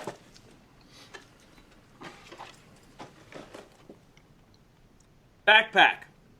How do we clean our fingers?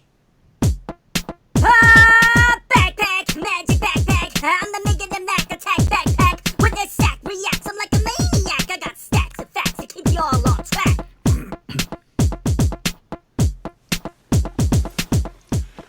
Ready to read them and weep? Sahih al-Bukhari, 54:56.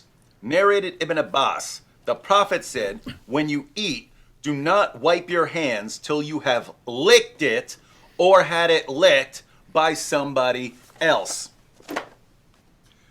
Sahih Muslim, 5294. It was narrated that Ibn Abbas said, "The Messenger of Allah said, when one of you eats some food, let him not wipe his hand until he has licked it or had it licked." You either lick your own hand or you have someone else lick it. Sahih Muslim 5300. It was narrated from Jabir that the Prophet enjoined licking one's fingers and wiping the plate. And he said, "You do not know in which part the blessing is." Do you see now? Do you see what's going on here? Allah has hidden a blessing somewhere in your food, and if there's food still on your fingers, even if it's grease or something like that, that could be the part where the blessing is hid. So you don't wipe your hands, wiping away your blessing until you've licked it, making sure that you get the blessing, or having someone else lick it, making sure they get the blessing. We got a lot of grease on these hands, so I guess there's a lot of blessing.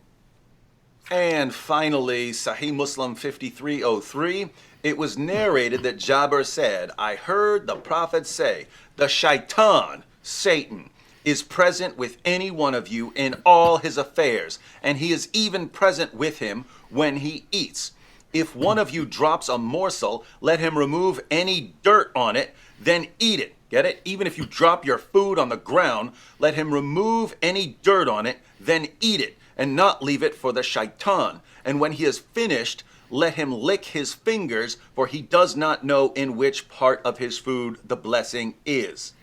So it all makes perfect sense. Allah hides a blessing in your food. You don't want Satan to get the blessing, which is what will happen if you drop it on the floor. So you just wipe the dirt off it, you eat the food, and then you get the blessing that's in the food. And if you don't want it, you just give it to someone else. This all makes perfect sense. I don't know why you have some sort of problem with this. So lick your fingers or have someone else lick it so that someone, instead of Satan, gets the blessing.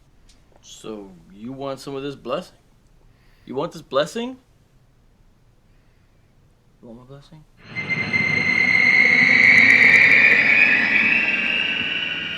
Do it! Do it! Do it! Yeah, lick that blessing.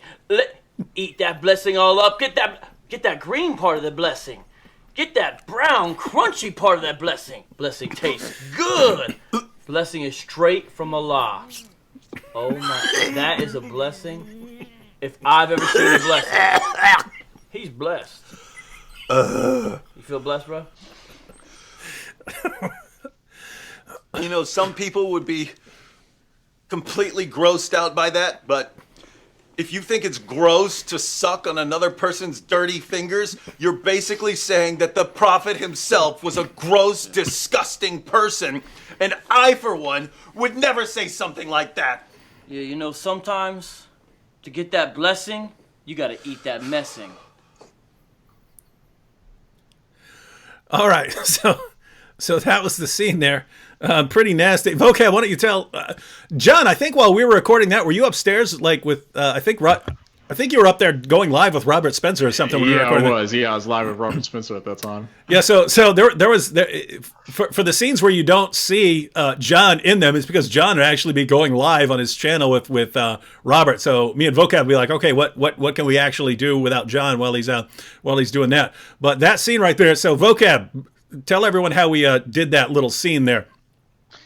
Right, I still have people that think that actually went down the way it appears. No. There are people that still think it went down that way. But if you watch closely, and I think I showed this in my backstage commentary for this day, everybody, but you can actually see the trick. But what we did is, if you notice, if you watch all of Islamicize Me, my character, Giovanni, never has on any jewelry of distinctive notice. But on that specific scene, I'm sitting there with a watch and a couple of rings on. And the reason that we did that is David said, well, to make it look like there's going to be continuity of the hand, you wear this. And then when I actually put my own hand in my mouth, which that's what you did. We cut, and it's a close-up. The hand is yours. And if a person looks closely, they can tell a little bit. We kind of had to darken your hand. Yeah. And then you put on my garment, which had no stains on it, by the way. You put on my garment, and you put on my jewelry. And it's kind of a little behind the scene things. in the process of trading out the rings, we dropped one in the couch and spent like 20 minutes looking for it in the couch, and it was gone. So we just had to get a different ring. By the way, I found that thing. I don't remember if you guys remember. I sent you a picture. Yeah, I you found mentioned it much later. Yeah. So anyways, it's your hand going into your own mouth with my jewelry and my garment just on your arm, and I'm just watching. I'm not involved with that in any way, but you did a great job. Yeah. Very convincing. Well, even the thought of it was disgusting. So everyone, just to be clear, notice that the camera angle changes, right? We have a wide shot with Vocab, and he puts his hand right in front of my mouth. And then, so what we did there was, once he had his finger right in front of my mouth, I said, freeze. And we froze there. And then we kind of had to see exactly what position his hand was in. Vocab took that garment off, and we put the sleeve over my hand and put the jewelry on and stuff like this. Got my hand in exactly the same position, and then so I was sucking on my own fingers. But even the thought of it was of sucking on someone's fingers was nasty. And notice, everyone who's grossed out by that, that's what Muhammad commanded. Muhammad commanded, right? If you either have to lick your own fingers or you have to have someone else lick your fingers for you so that Satan doesn't get the blessing off there. So that is some nasty, nasty stuff. Anyway, as I was pointing out earlier, some scenes were actually scripted. Most scenes were not scripted. Most scenes we kind of had, okay, we want to get to this hadith, but we would do some improv. And so for this one, I knew what I was going to say. I was going to say basically, hey, if you're condemning me, then you're condemning, Muhammad. If you say that this is nasty, if you say that this sucking on someone's fingers after he's eating fried chicken is nasty and disgusting, you're basically calling Muhammad nasty and disgusting. And I would never say that sort of thing. And then but the idea is, I had an idea of what I was going to say, but it's basically improv. And then it was basically Vocab. You have to say something at the end. And so Vocab just improv'd what he was going to say. And we'll see in this blooper that I just lost it. So the scene was ruined. We actually had a couple of scenes that were just ruined because I would crack up laughing. So here is here was the first attempt at that scene. Outtake. Do it. Got it? Yeah. We got to cut right back to him, right? So freeze it there to see if you can see exactly where my hand is. Let me see if I can do a freeze frame. How nasty was that? But if you say it's gross to suck on another person's fingers, you're basically saying that the prophet was a gross, disgusting person, and I would never say that. Sometimes to get that blessing, you gotta eat that messing.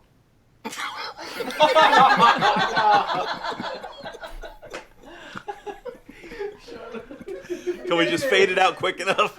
No, we can fade to like. No, you laughed way too fast. Did I? We gotta do it again. I changed it a little bit. Yeah, it was blessing mess. Which makes it even more funny. Okay, we gotta get right again. Okay, we'll go. Is he gonna say it? All right, so that actually happened a couple times, but now you know the sort of thing that will actually crack me up. Something just totally stupid and unexpected, because I wasn't expecting that. Anyway, so that's we should probably be wrapping it up here pretty soon. But guys, if there are any comments you'd like to address, that was. And a lot of people picked up on that too, without even seeing the blooper. People were that became a line for a little while. To get that blessing, you got to eat that messing. Yeah, everybody's been putting it in the comments too for the last half hour or so too. Yeah.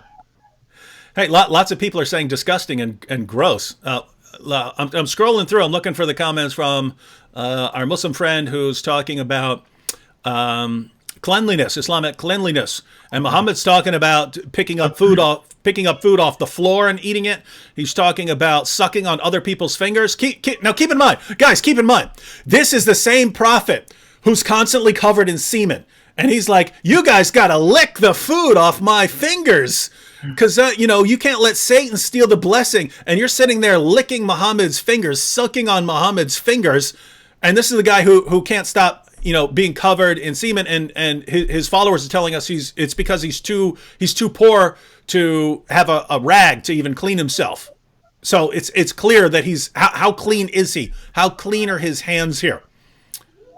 Pretty nasty. Pretty nasty. Nasty stuff. All right. Any comments you guys want to respond to before we head out?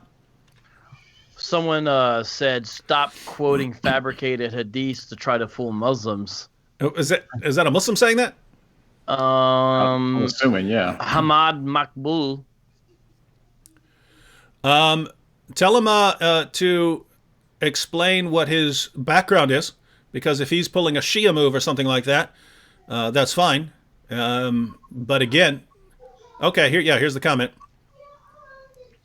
So Hamad, you said stop quoting fabricated hadiths, stop trying to fool educated Muslims. Let us know if you were joking, right? If you're a troll, you're joking or something like that. Or if you're serious, if you are serious, tell us on what basis we are to throw out these hadiths. Are you saying that Sunni hadiths cannot be trusted? Because then we're back to the same problem as earlier, namely Muslims attacking their own sources, saying that the hadiths were written by liars. And if that's the case, great. Your prophet produced generations of liars, and that we just can't know anything about him because all he produced are liars. So if that's your position, let us know. And I'm looking for any sort of response here. But guys, I mean, what do you think of that? Everyone's posting, oh, nasty, gross. I mean, serious. That's Islam, right? That's Muhammad. Surah 4, verse 65. You Muslims who are here, Surah 4, verse 65 of the Quran. Read it. It says, you can have no real faith until you make Muhammad judge in all disputes and accept his decisions, and you have no resistance in yourself against his decisions. So when your prophet says, hey, you need to suck on people's fingers, if you have any resistance in yourself, if you say, no, I'm not doing that, you're not even a real Muslim, according to the Quran. You have no real faith, according to the Surah 4, verse 65. I gave it. Look it up. Hey, this guy says that in defense of that, he says, I think it's more on the side of don't waste food. That's what Muhammad was getting at by saying lick fingers. He said what? He said, I think it's more on the side of don't waste food. He's saying that's what explains those passages. No. You could say don't waste food. No, guys, you need to take notice. Even Muslims don't take. Well, first he said fabricated hadiths. Well, which one is it? Is it fabricated hadith? Someone made it up, or is it Muhammad trying to get the message across not to waste food? Notice Muhammad. I mean, if you say it's fabricated hadiths, then great, we're throwing out all your hadiths, because I mean, all you guys ever say is, well, no, that's all just made up. And so great. The people who are preserving the Quran during this time, the Muslim leaders, the Muslim scholars, are a bunch of liars. That's what you're telling us. So they're great. Therefore, we cannot know anything about your prophet. Again, we do not have your prophet standing before us. The only way we can learn anything about him is by looking at what other people said about him. But you're telling us that the people who talked about him are the biggest bunch of liars and fabricators the world has ever seen. Great. Then we can't know anything about your prophet. So that's one thing. The other thing. So if you're saying that they're hadith, that they're fabricated, fine. If your new explanation is that it's just saying don't waste food, notice what Muhammad says, right?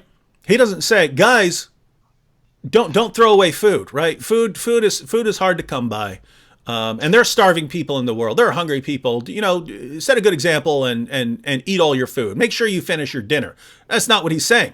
He's saying that Allah has hidden a blessing inside your food somewhere. Some particle has a blessing by Allah. And if you throw out something, even if you drop something on the floor, or if you wipe your hand on a napkin or something and you throw that away, what you don't realize is maybe the little particle or maybe the grease that you wiped off and threw away, that might have been the part with the blessing, and Satan is going to come, gobble it up, and Satan's getting your blessing. If that's a way of saying, guys, finish your food, Muhammad is the worst communicator of all time. That is a horrible, horrible way to say that. Because keep in mind, he's giving, and if you go to a Muslim scholar, if you go to a serious Muslim scholar, say, hey, do we actually need to believe that Allah has hidden a blessing in our food and that Satan will gobble it up if we throw any part out, and therefore we need to suck on people's fingers to try and get that blessing? They will say, yes, you have to believe all that. You don't get to say, oh, he didn't really mean any of that, and it's just a general kind of principle about finishing your supper. You don't get to say that as a Muslim, right? You're claiming you know more than your prophet. No serious Muslim scholar would ever say something like that. So Notice, guys, what we're doing. Muslims are trying their hardest to rescue their prophet from these things. And what do they keep doing? No, it can't be that. Oh, it can't be that. It can't be that. Guys, this is what your sources say. Where are you getting your information from? You're not getting your information from the sources because all you do is throw out your sources. So where's your information come from? You can't trust your sources. You can't trust the hadiths. You can't trust those. They're written by a bunch of liars. Where are you getting your information? You're getting it from your mom and dad and from your imam. Where did they get their information from? It couldn't have been from the sources. You don't believe in your sources. So, and anything you don't like, you can just say, I didn't really mean that. He just meant, don't throw out your food because you don't waste food. What are you doing here? What? Should we believe in your semen-covered prophet or not? Right? Keep in mind, guys, this is so disturbing. This is like one of the most disturbing things I can imagine. A guy who's constantly covered in semen and got his wife scratching it off and scraping it off with her hands and trying to cover him up. This guy goes and sits down for a meal and says, hey, suck my fingers. Are you joking? This guy who squats while he pees all over the place, who wipes himself with rocks, these 3 rocks, and is covered in semen and running around from wife to wife and sopping up the semen with his clothes. This guy finishes his falafel and says, here, suck on my fingers. Get that blessing. You want that blessing? This is your prophet. Are you serious? Are you serious? Wow. All right. Any other comments you guys want to respond to? No, nothing that I see. What about you, Cab? That messing. Just looking at the comments. I think Sunday night I might also do a live stream where I reflect on Islamicize me. I think I'm going to do this too because I can talk about other stuff besides what we just talked about tonight. Oh, there's plenty. We could. I mean, no, it was. You could go live all month long talking about talking about that stuff. I just want to do one a little more covering some other topics as well as all. Somebody was asking for the mosque bloopers. I just dropped them in the live chat. They're actually on my channel. Mm-hmm. Yeah, Austin says, David, could you please put together a pocket-sized guidebook with all the ridiculous verses and useful verses from the Quran that either contradict or disprove Islam or help prove Christianity?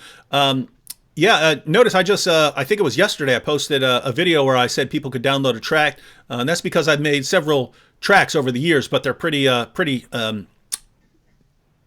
it's got some dense information there, so a lot of sources and stuff. So I have those. I have probably 6 or 7 tracks that I've made over the years, but I'm going to be posting. I posted a couple. I'm going to be posting some more of those. But yeah, it is a good idea for some.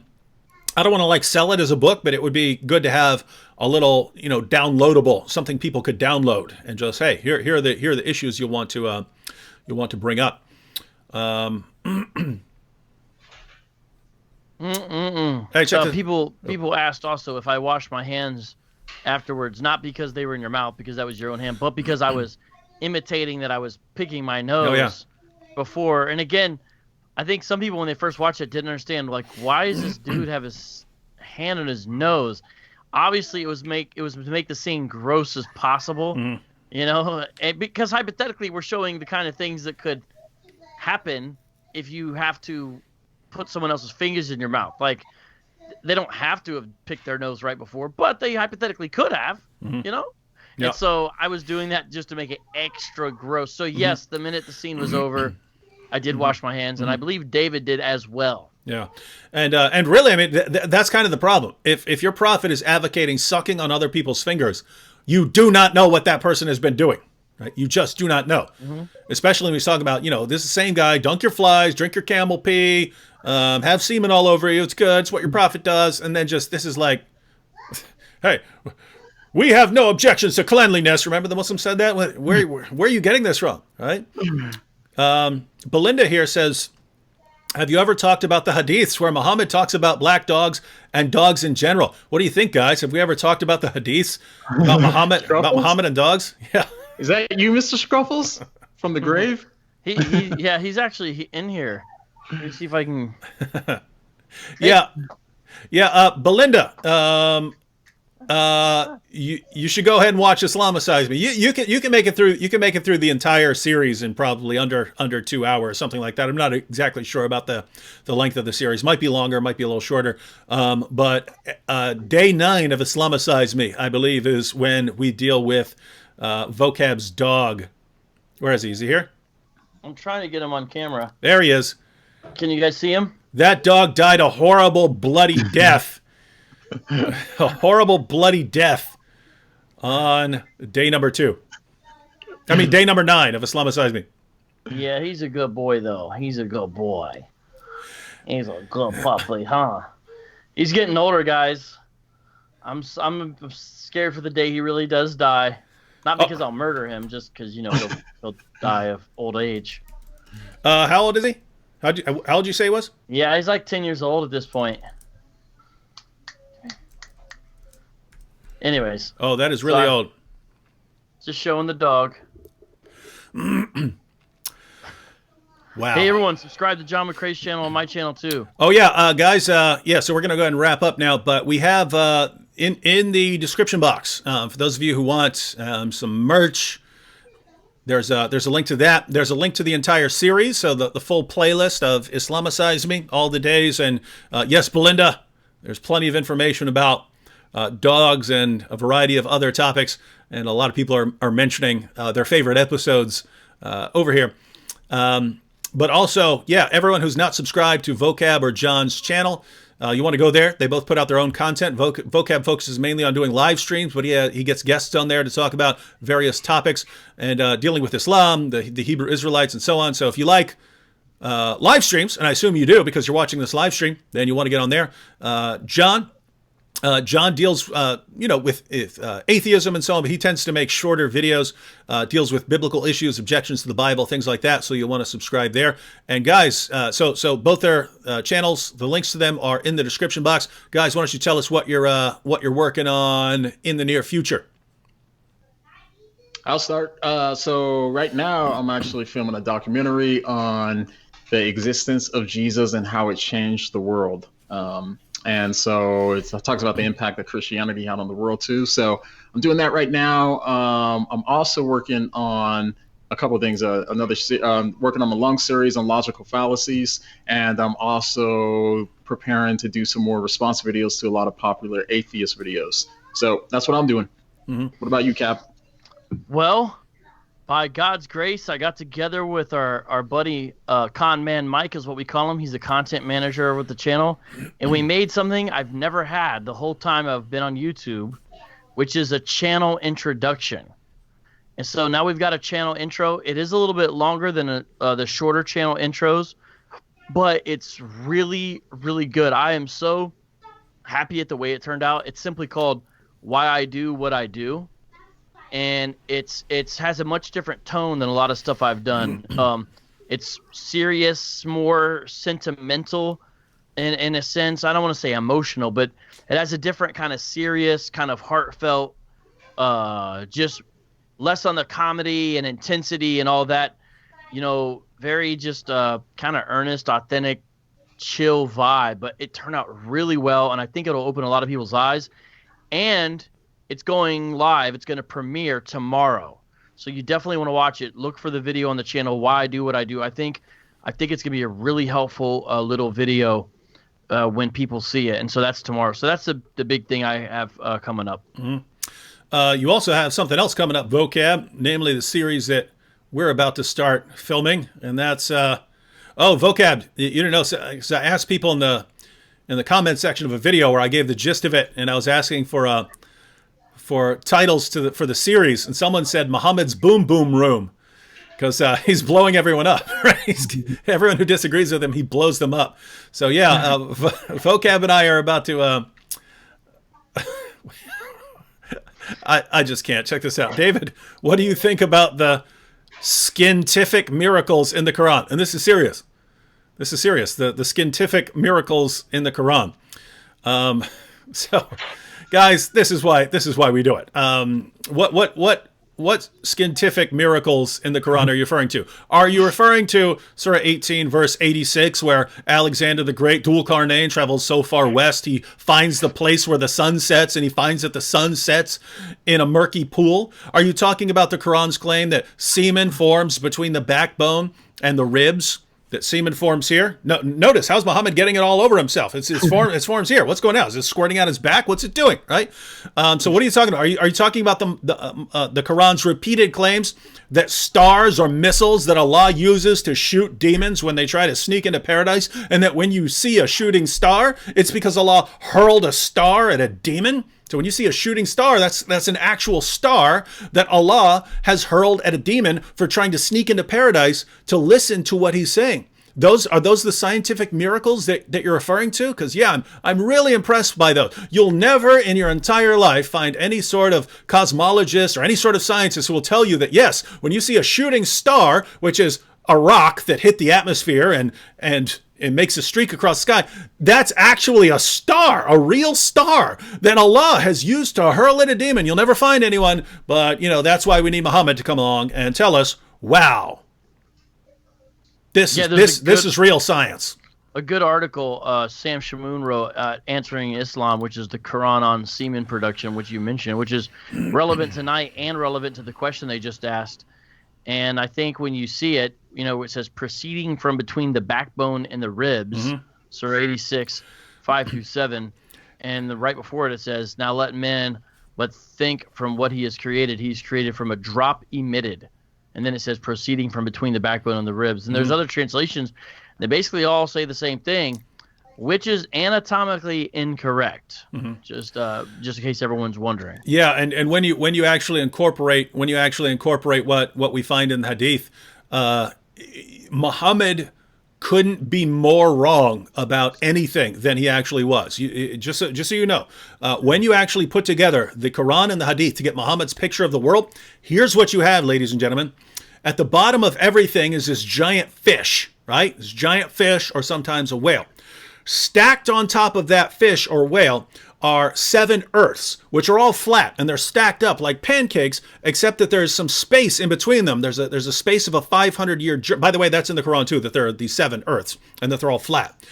So you have these 7 earths stacked up like pancakes, except there's a 500-year journey in between each of them. Then you get to the sort of top earth. That's our earth, and the sun is this little tiny thing that can go and set in a muddy spring way out west. You can get there. There are, according to the Quran, people who live there. The heavens are like these 7 domes that Allah holds up with these pillars that you can't see. And so these things would actually fall on us if Allah weren't miraculously holding them up. You have the stars, which again are missiles that Allah uses to hurl at demons. And then above all that, you have these 7 or 8 giant donkeys or mountain goats or something like that, but they're as tall as the heavens. And above that, you have Allah's throne. Now tell me, what did Muhammad get right there?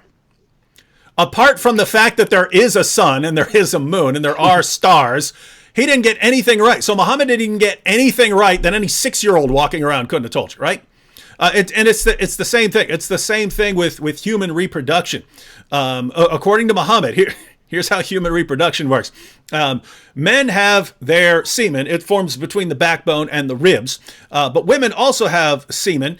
And when they have sex, the two semens mix together. And whichever one rises to the surface, that determines the sex of the child. And so at first, there's a blood clot stage. Humans, embryos begin as a blood clot. Then they become bones. Then those bones are covered with flesh. Then Allah decides whether it's going to be male or female, even though that was already decided long ago. And then the child is born. Again, apart from semen actually having something to do with human reproduction, what did Muhammad get right? Nothing. This is the miracle. These are the miracles of Islam. Wow. Hey, our boy Apostate Prophet's in the house. What is he? Man? Yeah, he said, what about the miracle of the sun sinking in the muddy spring? He doesn't want to mention it because the Quran is right. Yeah. Yeah, it is. That's what you have to say, right? If you really believe that, guys, if you really believe that, you have to. Oh, by the way, I was on with the Apostate Prophet yesterday, and this atheist was on there, and he said it was funny because we were talking about completely different things, but the atheists always want to just start, what about God? And they start trolling. And one of them said, God isn't real, children. And so I said, well, all you have to do is say it in a super chat. God isn't real. So all I would need to do is say in a super chat, God is real, children, and that would be it. But I didn't have my wallet on me, and I don't remember the code on the back that I have to enter whenever I do a super chat. And so, so I couldn't give them that zinger, and I had opportunity after opportunity when they were saying these things in the super chat, and I wanted to actually like bolt out of there and grab my wallet. Anyway, did you take the money to go spread the gospel? Well, that was on Apostate Prophets channel. Oh, okay. So, Oh boy, oh boy, oh boy. all right. Anything else before we head out here? Shout out to the Street Apologist Squad members in the house. I'm trying to give you guys all a shout out. I see a bunch of you, so shout out to y'all. Yeah. All right, so guys, we should go ahead and wrap up here. Oh yeah, people are pointing out more interesting scientific claims. But guys, do you notice? Do you notice the problems here? Do you notice the problems? It's hey, Muhammad is the greatest pattern of conduct who's ever lived. You say, okay, why did he have sex with a 9-year-old girl? Oh no, he didn't really have sex with a 9-year-old girl. All the sources are wrong. Why is he always covered with semen? Oh no. We shouldn't ask those kinds of questions. What about why did he take the wife of his own adopted son? Why would he do that? Oh, he had to do that. Or maybe the sources can't be trusted. Oh, it's in the Quran. Oh yeah, must be a really good explanation. Why would he have sex with 9 or 11 women and girls in the same night? That sounds like a sex addict. Well, it's halal. He's allowed to do it. Why wouldn't he do it? I'm asking what if this is the pattern of conduct. So notice, and then they make the claim, and then they retreat from everything we can possibly learn about this guy. It's the same thing. What about all the scientific miracles in the Quran? Oh, let's look at it. The Quran is actually a scientific catastrophe. Well, David, you're not reinterpreting all of those things. You know that we have to reinterpret all of those things. When it says that the sun sets in a muddy pool, it doesn't mean that. It just means it kind of looks like that if you're watching a sunset and you see a reflection. Oh, really? What about the hadith when Muhammad specifically says that the sun sets in a muddy pool? What about that? Oh, well, that hadith is false. It was fabricated. But Muslims are a bunch of liars. That's how it works. This is the religion that you're telling us to convert to, ladies and gentlemen. This is the best that Allah could do. Wow. All right. Should we go ahead and close out with that? All right. Final thoughts, John? Yeah, no final thoughts for me. If you guys haven't watched the series, go watch the series because it's dope and it's funny. And yeah, that's it. Thanks for hanging out, guys. Mm-hmm. People definitely gotta watch it. We gotta let them know. I mean, it's epic. You're missing out. Mm-hmm. There's a version on my Facebook page, but I just recommend just checking it out on David's YouTube page. Just you gotta watch the series. Start with the prologue and go all the way through to the epilogue. Mm-hmm. You will not be disappointed, although you might be grossed out sometimes. No doubt about that. But it's very unique in the history of apologetics. I'll say that. Mm-hmm. All right, and just so everyone knows, we intend to make a prequel to that series. We haven't gotten around to it. But the prequel, notice that for those of you who watched Islamicize Me, we start off as atheists at the beginning of that series. And we're starting off. So the prequel will be how we became sort of Dawkins fans type atheists. And by the way, the apostate prophet, who is an atheist, is going to be in there, but he's like a nice atheist, right? Friendly atheist. And so that one he'll be like the voice of reason telling us to be, nice atheists, and we will eventually reject that and become more aggressive. Anyway, that will lead up to Islamicize Me, and then sometime later we'll have the sequel to Islamicize Me, where we are all Christians, but we're apostates, and so you don't know who's coming after us, right? You don't know if the Mad Sheikh or any of the other guys that we met in that series are going to be coming after us, but we're gonna get it done, Lord willing. And so I believe I will be going, just so everyone knows, I'll be going live again on Thursday. I'll be with Pastor George Sayeg. Oh, awesome! Yeah, we're gonna have Pastor George. That's awesome. Gonna have Pastor George on here. For those of you who don't know who that is, we actually did a fundraiser for him. Because Vocab, why don't you say a few words about Pastor George and why we did a fundraiser for him? Really, David, the whole way we met is through Pastor George, and you're not the only person. There are so many people. I would have to take off my shoes and socks to begin to count the amount of people that I know that Pastor George is directly connected me to, and I'm not the only one. My point by that is George totally unites this sort of underground kind of rough cutting edge of a lot of Christian apologetics, especially when dealing with Islam. And that's not all he does. He is on the front lines on a regular basis himself, as in weekly, and he's been doing this for years. He's come up with a lot of innovative ways to reach Muslims that I don't think have been tried or done before. And a lot of people have learned from those and then imitated him in different cities, some of those aspects. And then he does regular trainings in California, but actually all over the country and really even the world, where he's constantly training Christians about how to reach Muslims, the doctrine of it. And then he's also set up debates all over again, from the UK to the United States, debates with top Christian apologists and top Muslim apologists.